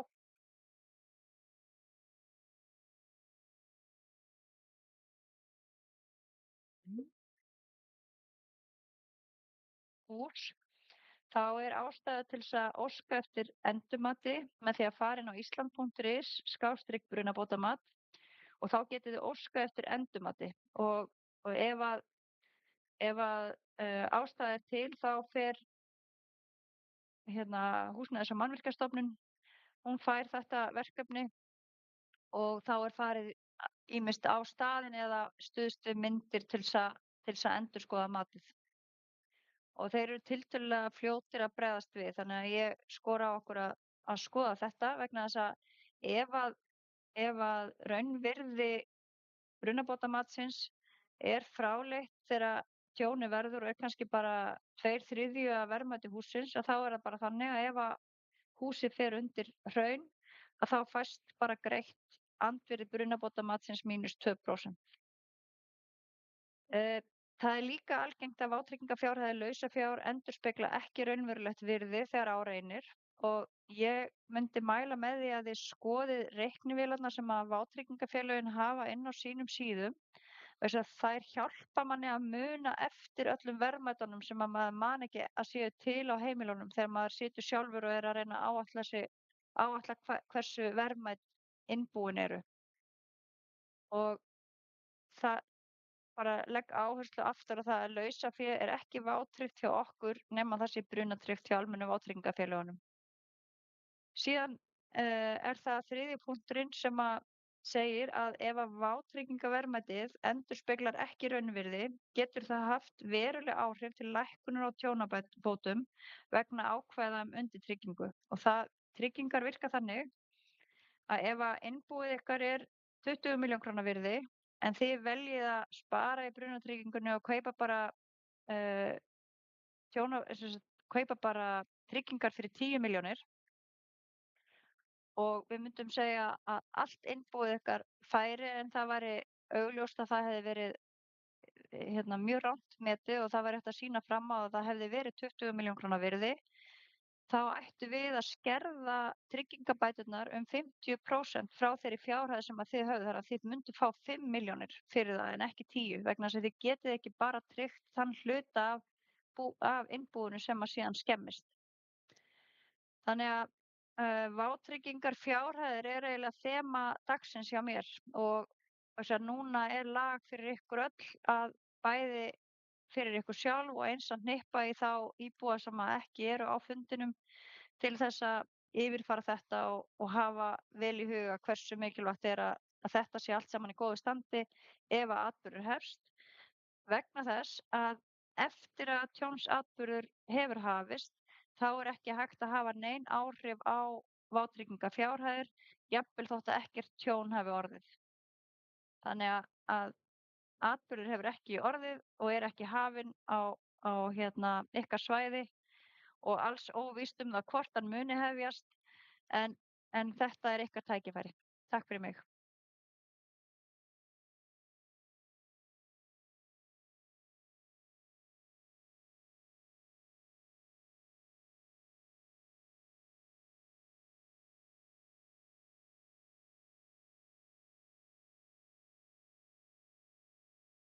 næsta erindi snúist fjarskiptaöryggi.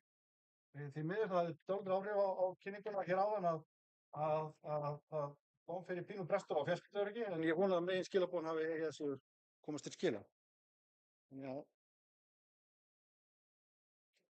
En næst er það þá Sigurður Ingi Hauksson, en hann er forstöðumaður tæknimála, framkvæmdastjóri tæknimála hjá forstöðumaður. Flott, takk hjá það fyrir. Og síðan eftir þá byrjum við frumældur að koma í panel og taka upp spurningar. Og skjóðsvöld. Já, aðstoð með glærurnar, hvar eru þær? Já. Það er rauðnumstur þessu. Það er þessu hérna. Erum við að skipta? Þurfum við að skipta? Það ekki? Þetta er? Þetta litar í möngur og hún líka. Svona.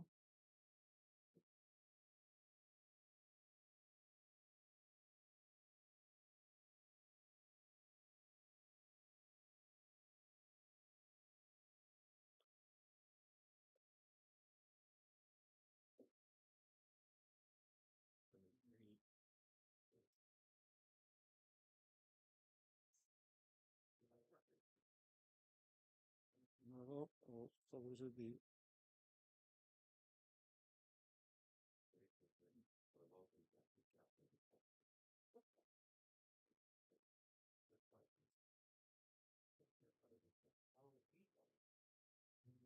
Svona.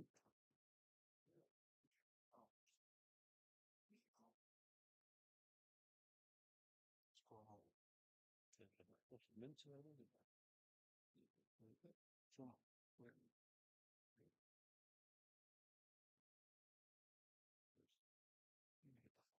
Þetta er presentum. Hvar er hann? Mér veist í höfðu. Svona. Og svona eitthvað. Bing. Góður, takk. Já, góða kvöldið. Heyrist í þessu hérna, hvað? Halló, eitt tveir. Heyrist ekki neitt? Hæ? Ég tala bara röflega. Þarna er þetta komið. Nú skal ég tala aðeins hljóm minna. Heyrðu, það er ekki nóg með það. Bjarki talaði nú þennan dag og þetta fallega veður, kannski illa skipulagt. Þetta er líka fyrsti dagur í gæs. Þannig að ég hef nú kannski skipulagt annan dag, en það er nú bara ég. Ég heiti Sigurður Ingi Hauksson, ég vinn á Neyðarlínunni. Ég hef ekki gert neitt annað á mínu starfsferli heldur en að vinna í tengt fjarskiptum. Ég er búinn að vinna á Neyðarlínunni síðan 2016 og ég heyrði nú í rödd gamals samstarfsfélaga minns Þórólfs Árnasonar. Við vorum félagar fyrir mörgum árum síðan í fjarskiptafélagi, þannig að við höfum komið víða við báðir. Nú, Neyðarlínan og fjarskiptakerfi, ég þarf að vera svona á ferðinni til að sjá þetta líka, ég sé þetta ekki í tölvunni hjá mér. Neyðarlínan rekur sem sagt Tetra fjarskiptakerfi sem er aðal fjarskiptakerfi og eina fjarskiptakerfi svona skilgreinda fyrir viðbragðsaðila á Íslandi. Það eru sem sagt bæði þá viðbragðsaðilar og innviðafyrirtækin sem að treysta á þetta kerfi umfram önnur þegar sem sagt þau þurfa að eiga fjarskipti sín á milli. Þetta kerfi er byggt upp á liðlega rúmlega 200 sendistöðum á landinu öllu og það sem er kannski öðruvísi við þetta kerfi umfram þessi almennu fjarskiptakerfi að þar eru kröfur uppitíma og aðgengileika talsvert annar heldur en gengur og gerist í almennu fjarskiptakerfunum.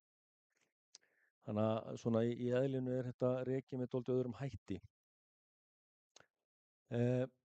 Nú, ég er fulltrúi eða Neyðarlínan er fulltrúi og tekur þátt í samstarfi sem er kallað NÖF, það er neyðar- og öryggisfjarskipti, og það er samráðsvettvangur allra fjarskiptafélaga á Íslandi, er undir hatti viðbragðsáætlunar almannavarna og er svona upprunið þaðan. Þetta er sá hópur sem að tekur til starfa og á samskipti og samstillingu sín á milli þegar einhvers konar almannavarna ástand kemur upp sem getur ógnað fjarskiptainnviðum og fjarskiptum í landinu öllu. Fjarskiptafélögin sinna þessu viðbragðshúsum þegar eitthvað kemur upp á Við erum kannski samhæfingaraðilinn og erum kölluð í samhæfingarstöð almannavarna þegar að eitthvað kemur upp á sem svona samræmingaraðili. Oft á tíðum framkvæmdaraðili en fjarskiptafélögin öll taka þátt í því þegar eitthvað kemur upp á. Við eigum í alveg gríðarlega góðu samstarfi og þessi hópur hefur náttúrulega þróast og þroskast mjög mikið. Það má segja að þetta hafi byrjað í kringum Eyjafjallagosið 2010.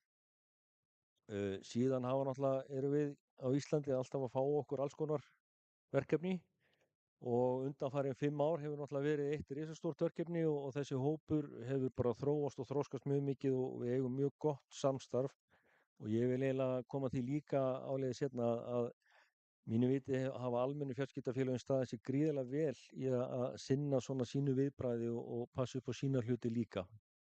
Þannig að mitt starf sem svona samræmingaraðili byggist mjög mikið á góðu samstarfi við almennu fjarskiptafélögin. Þannig að þegar yfirstandandi ógn eða eitthvað sem svona talið að fara að gerast að þá eigum við samtal og samstarf, skiptust á gögnum og svona setjum okkur aðeins í gír fyrir slíka hluti. Neyðarlínan á í samstarfi við stjórnvöld og almennu fjarskiptafélögin þegar að kemur til þess að þurfa að byggja upp nýja fjarskiptastaði eða koma upp þjónustu á einhverjum ákveðnum svæðum og til dæmis hér á þessu svæði að þá höfum við tekið þátt í og leitt verkefni varðandi eflingu varaafls á fjarskiptastöðum, komið með fastar vararafstöðar á lykilstaði, eflt varaafl á svona lykilsímstöðum og þess háttar til þess að bregða við ástandi sem hefur komið upp hér á þessu svæði, til dæmis í bílunum hjá Rarik og langvarandi rafmagnsleysi. Það eru svona verkefni sem drífa okkar vinnu dálítið áfram. Ég náttúrulega hafandi verið að vinna í þessum geira og í kringum jarðfræðinga svona mikið sérstaklega síðastliðin 5 ár að það er dálítið vont að eiga eitthvað svona lingó eins og þeir eins og óróa kviða, það er ekkert svoleiðis hjá okkur. En ég lærði eitt nýtt orð á hann, mér er að koma tölvunni í gang aftur. Það er forboðatími. Ég þarf einhvern veginn að nota það orð betur. Hér læstist tölvan, hún er henni vantar rafmagnið eitthvað, þannig að það þarf að opna hann aftur. Það eru öryggisbrot ef ég reyni það.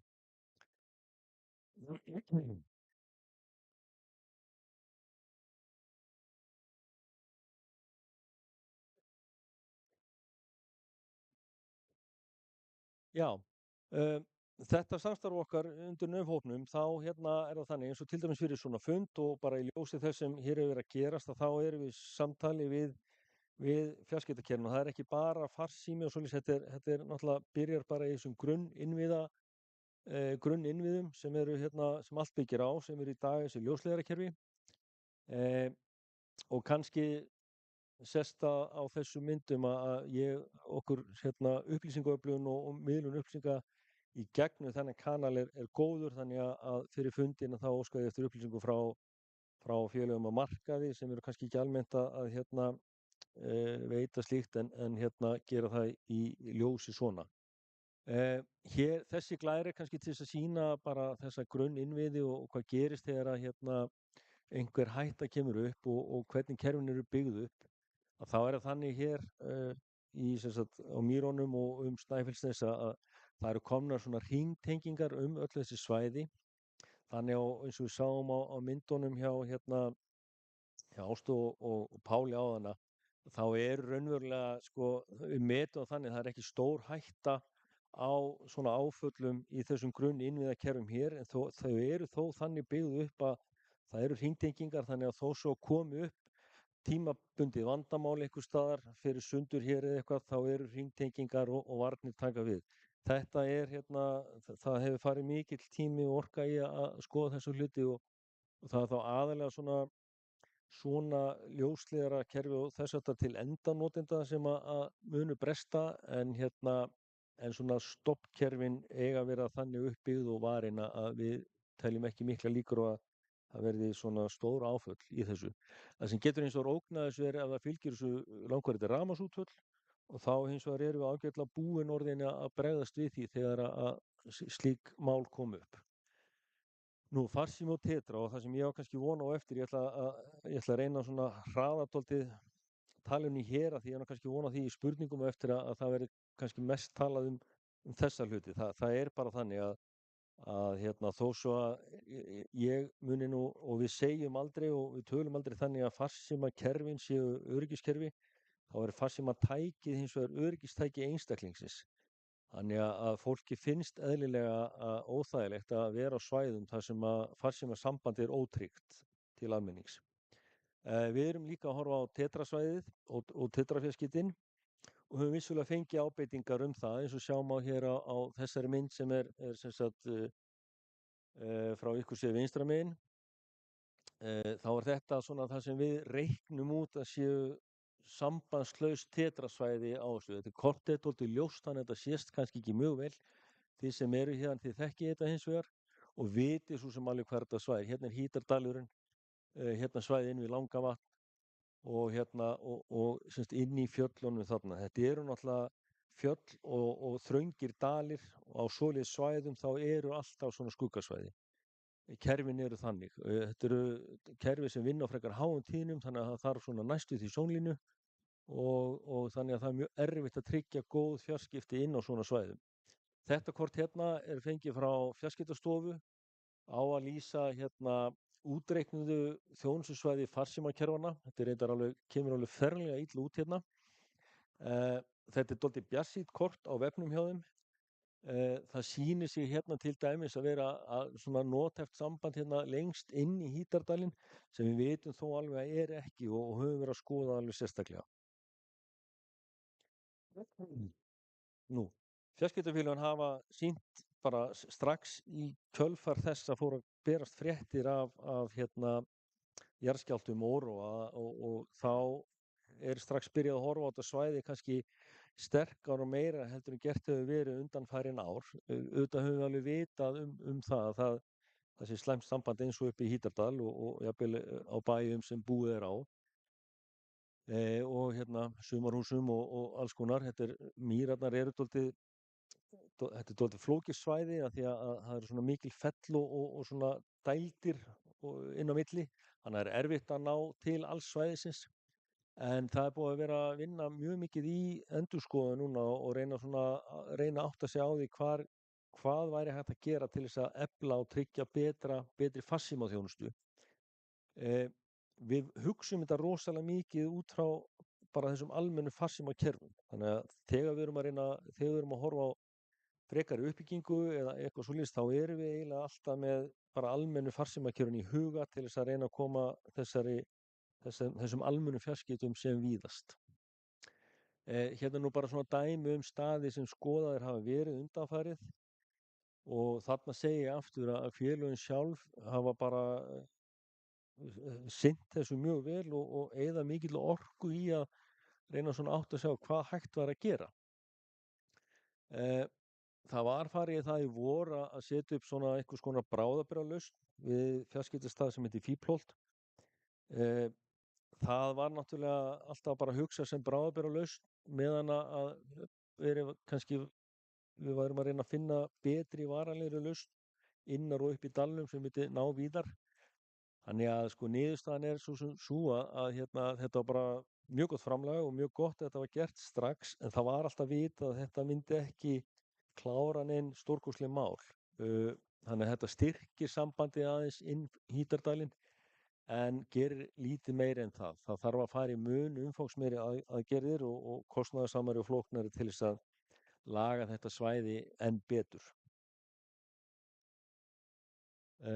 Við höfum fengið tillögur og alls konar ábendingar og hérna er með myndir úr skýrslu sem við fengum 2020 frá viðbragðsaðilum, björgunarsveitum hérna á svæðinu, þar sem voru svona tillögur að bæði ábendingar á svæði, þar sem að bæta þarf þjónustuna og er ekki trygg Tetra þjónusta, en það hangir alltaf saman með farsímaþjónustunni líka og hérna ábendingar staði.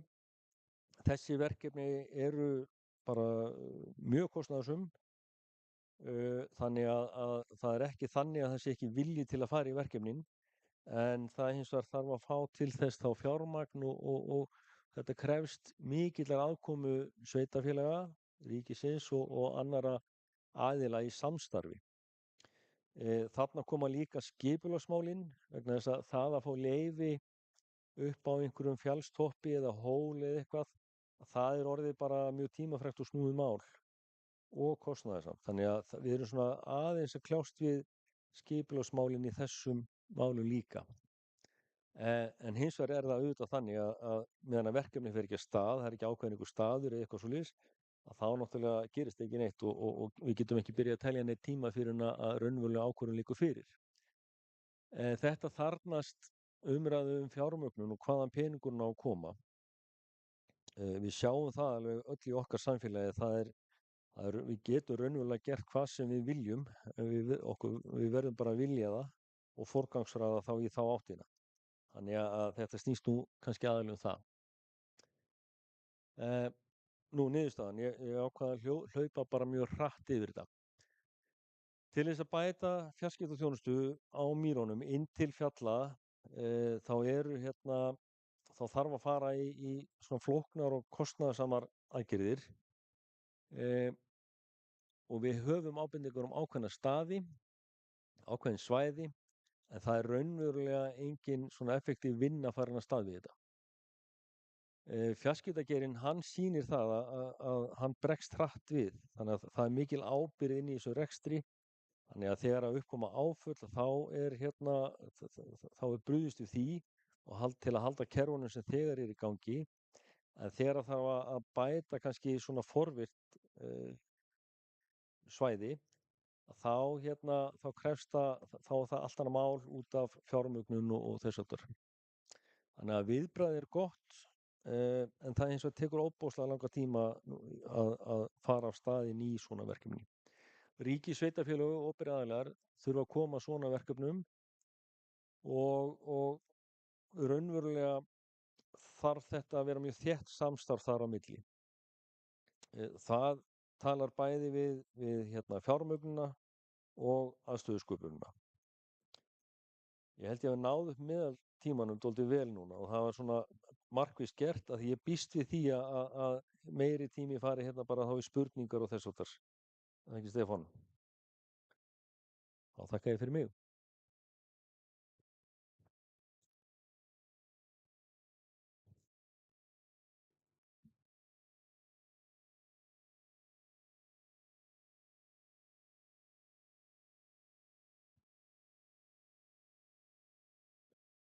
Takk hérlega fyrir.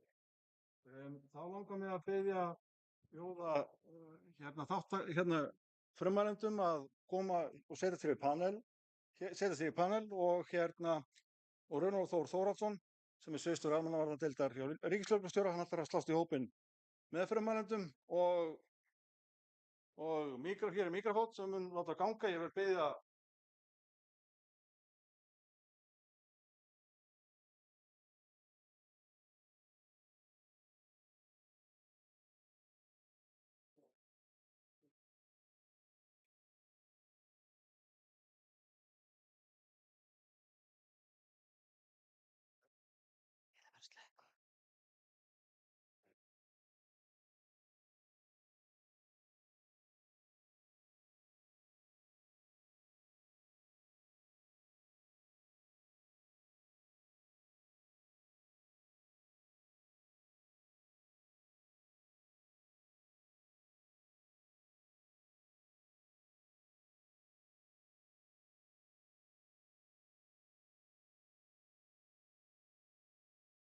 Hér er spurning, Þórólfur til að byrja með.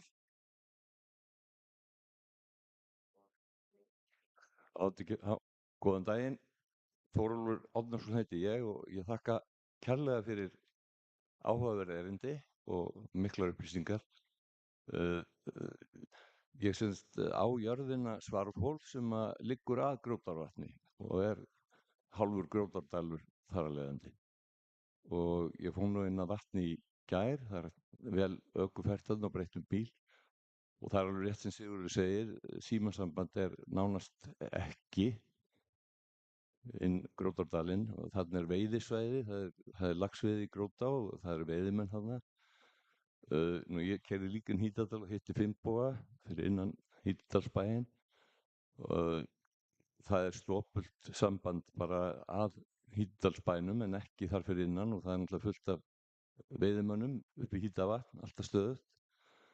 Þannig að ég bara legg til að sveitarfélög sem að málið er skylt og opinberir aðilar taki fjarskiptin fyrir. Það held ég að sé brýnast af öllum.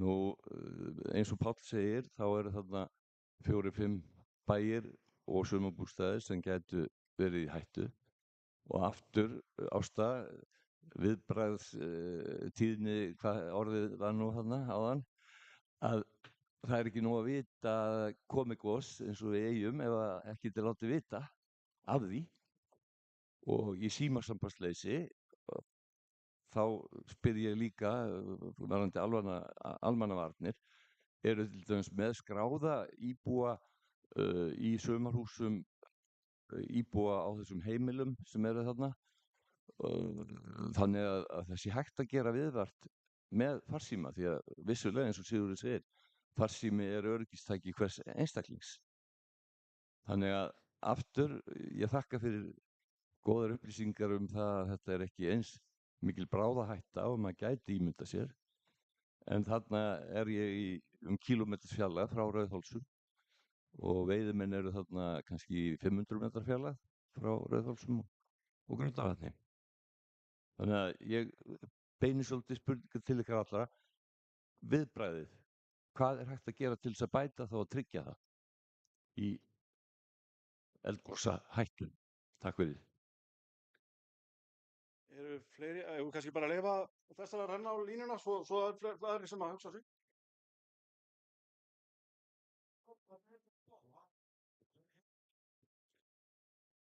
Já, takk fyrir.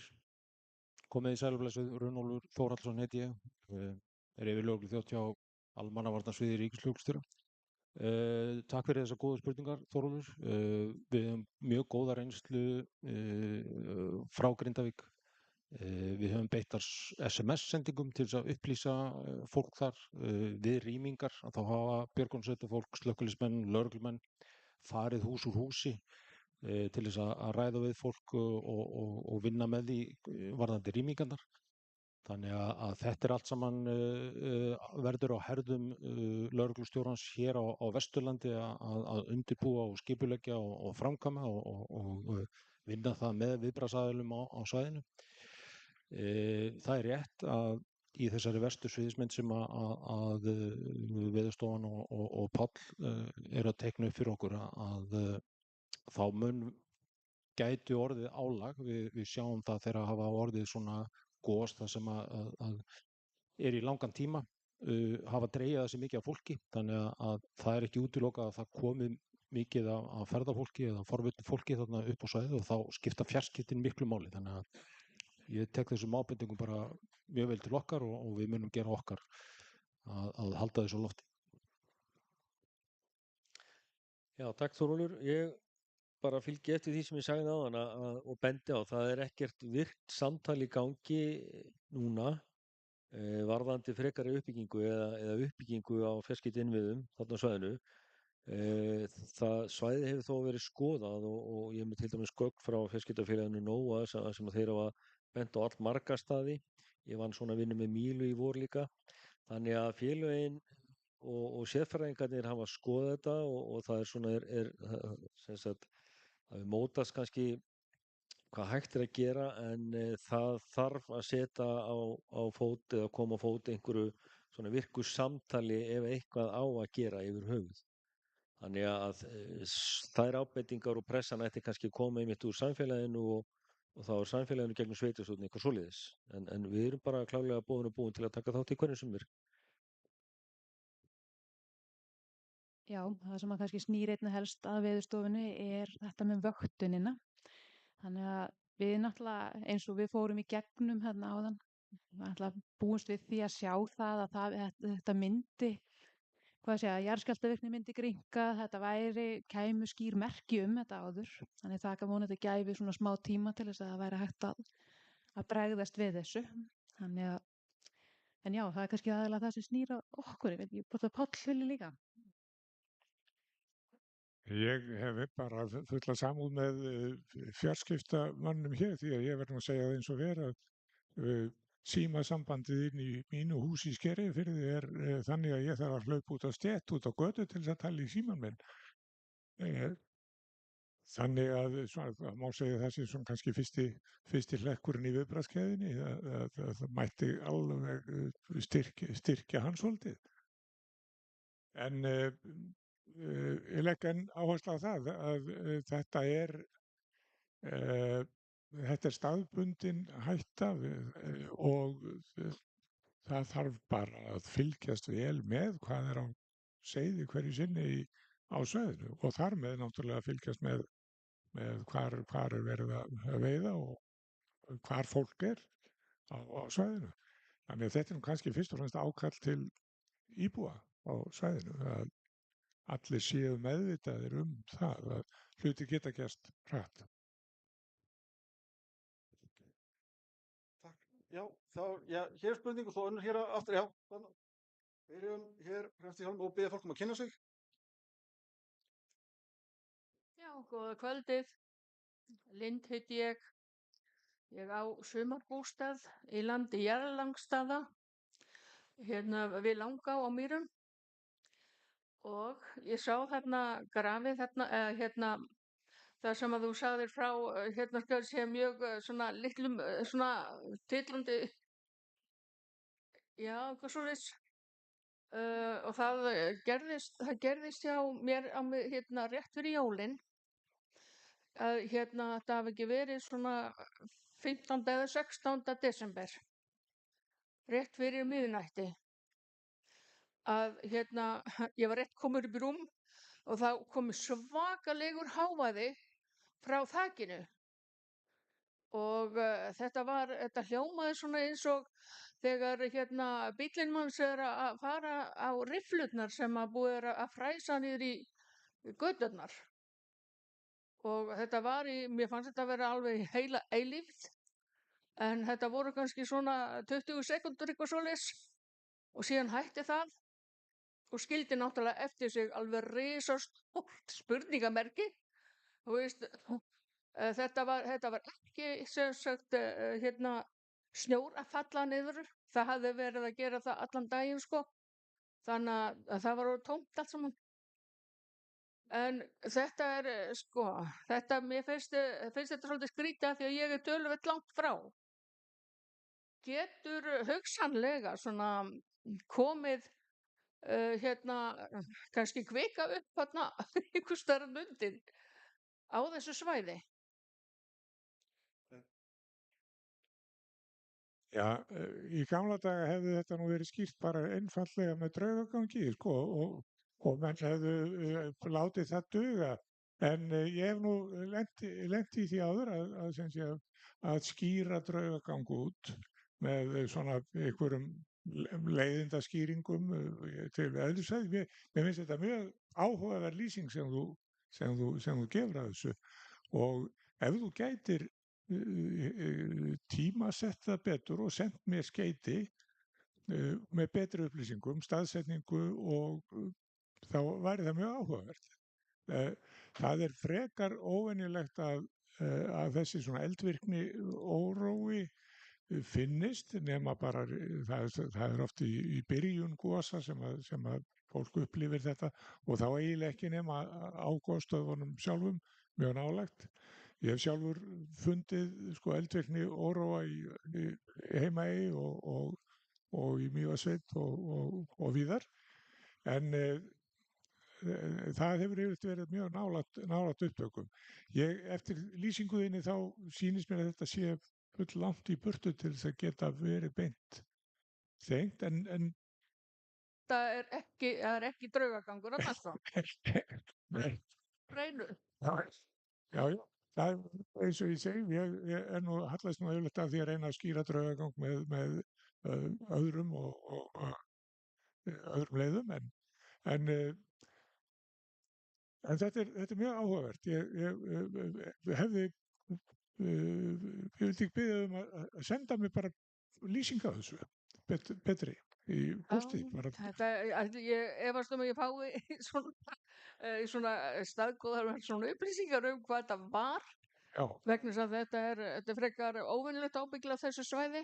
já, já, já. Það er eins og það sem gerðist hérna skal ég segja að Víðavangi 1 í Norðurbænum í Hafnarfirði í tvígang, það kom bylgjuhreyfing undir og ruggaði manni bara hreinlega í, þú veist, rúmunu Já, og hérna í seinna skiptið þá skal ég segja bauluðu öll leiktækin fyrir neðan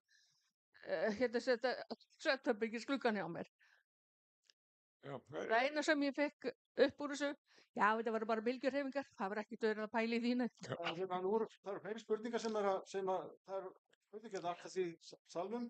En ég reyna að koma þessu til þín. getur þú gert það? Já, það væri mjög gott. Ok, Já. takk fyrir. Þakka þér fyrir. Já, gjörðu svo vel. Góðan dag, Þröstur Petri. Ég bý á Miklóshreppi, sem sagt í vesturluta kerfisins.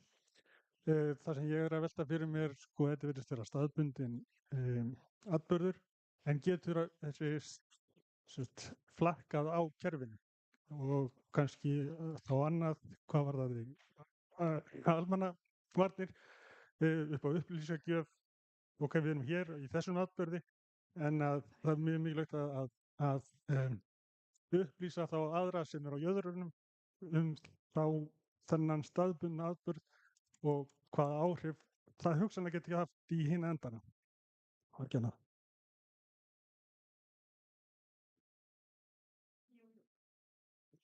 Sko, það sem allavega vitum núna er það að þetta er staðbundið, þannig að það er allavega eins og sakir standa, þá lítur þetta ekkit út fyrir að vera að hreyfa sig.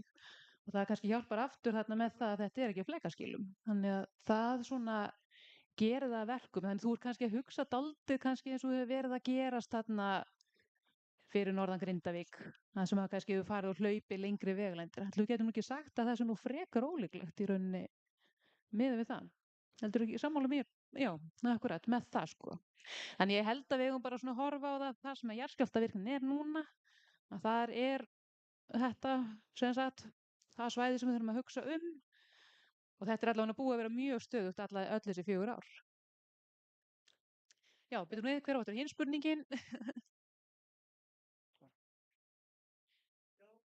Já, einmitt, það er mér.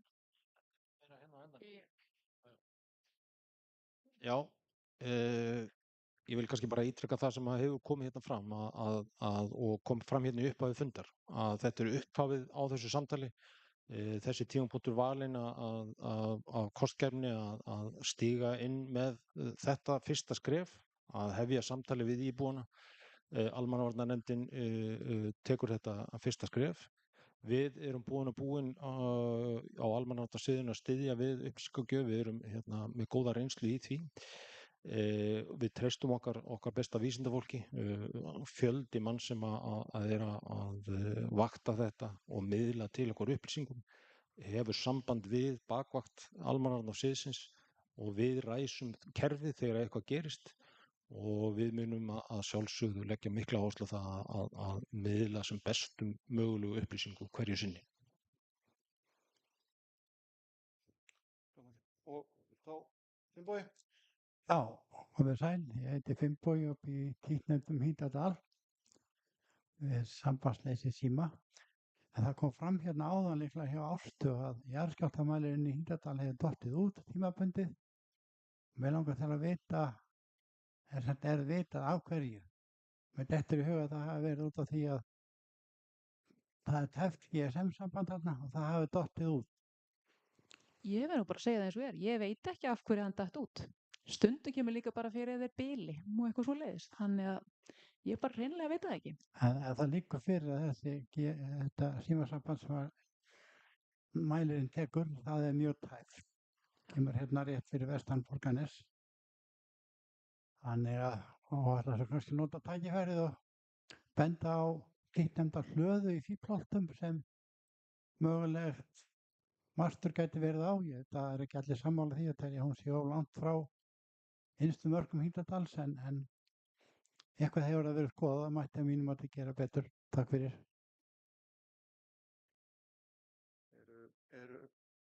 Viljið bregðast til þessu frekar eða eru frekari spurningar? Má ég læða einni að, einni í lokin þá, bara rétt. Til Sigurðar, fjarskiptatengt og þú nefndir sveitarfélögin og þú nefndir þétt samstarf ríki, sveitarfélaga, fjarskiptafyrirtækja og viðbragðsaðila. Við skulum ekki þegar við tala um þétt samstarf svona marga aðila, þá er það svolítið þunglamalegt. Ég ætla að spyrja svona hvernig myndirðu ráðleggja okkur og sem viljum vinna að öflugu fjarskiptasambandi, hvernig kerum við þetta á þannig að við náum meirum og náum sterku viðbragði sem fyrst, þannig að það gerist hratt svona úr þínu reynsluðinni. Þetta virkar þannig að ég ætla að byrja á hinum endanum og segja hvenær þjónustan er komin á.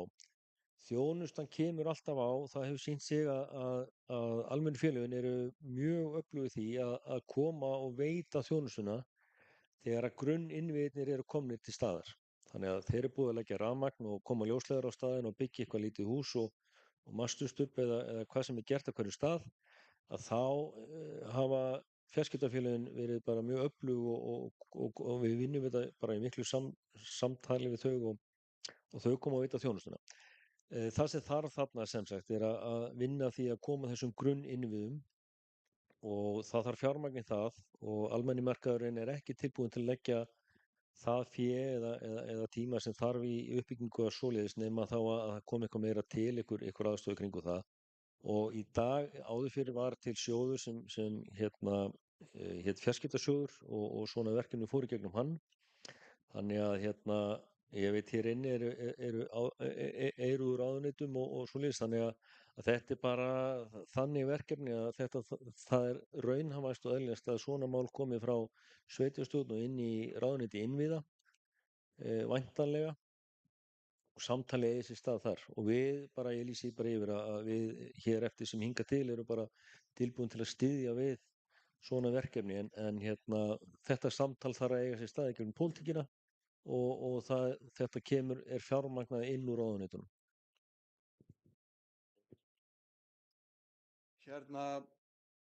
Einhverjar frekar spurningar, þá höldum við áfram að þrýsta á innviðaráðuneytið ásamt því sem við höfum verið að þrýsta á auðvitað fjarskiptafélögin og innviðafélögum að ráðast í fjárfestingu. Nú, en þá held ég við séum bara komin á lokapunkt. Bjarki má bjóða þér að loka þessu, formaður almannavarnanefndar. Þannig að ég vil þá þakka fyrir mig, takk fyrir góða áheyrn, takk fyrir afskaplega fræðandi erindi og takk fyrir góða áheyrn og ég vonandi gekk þetta þokkalega í streyminu. Þannig að kæra þakkir fyrir. Bjarki, gjörðu þetta.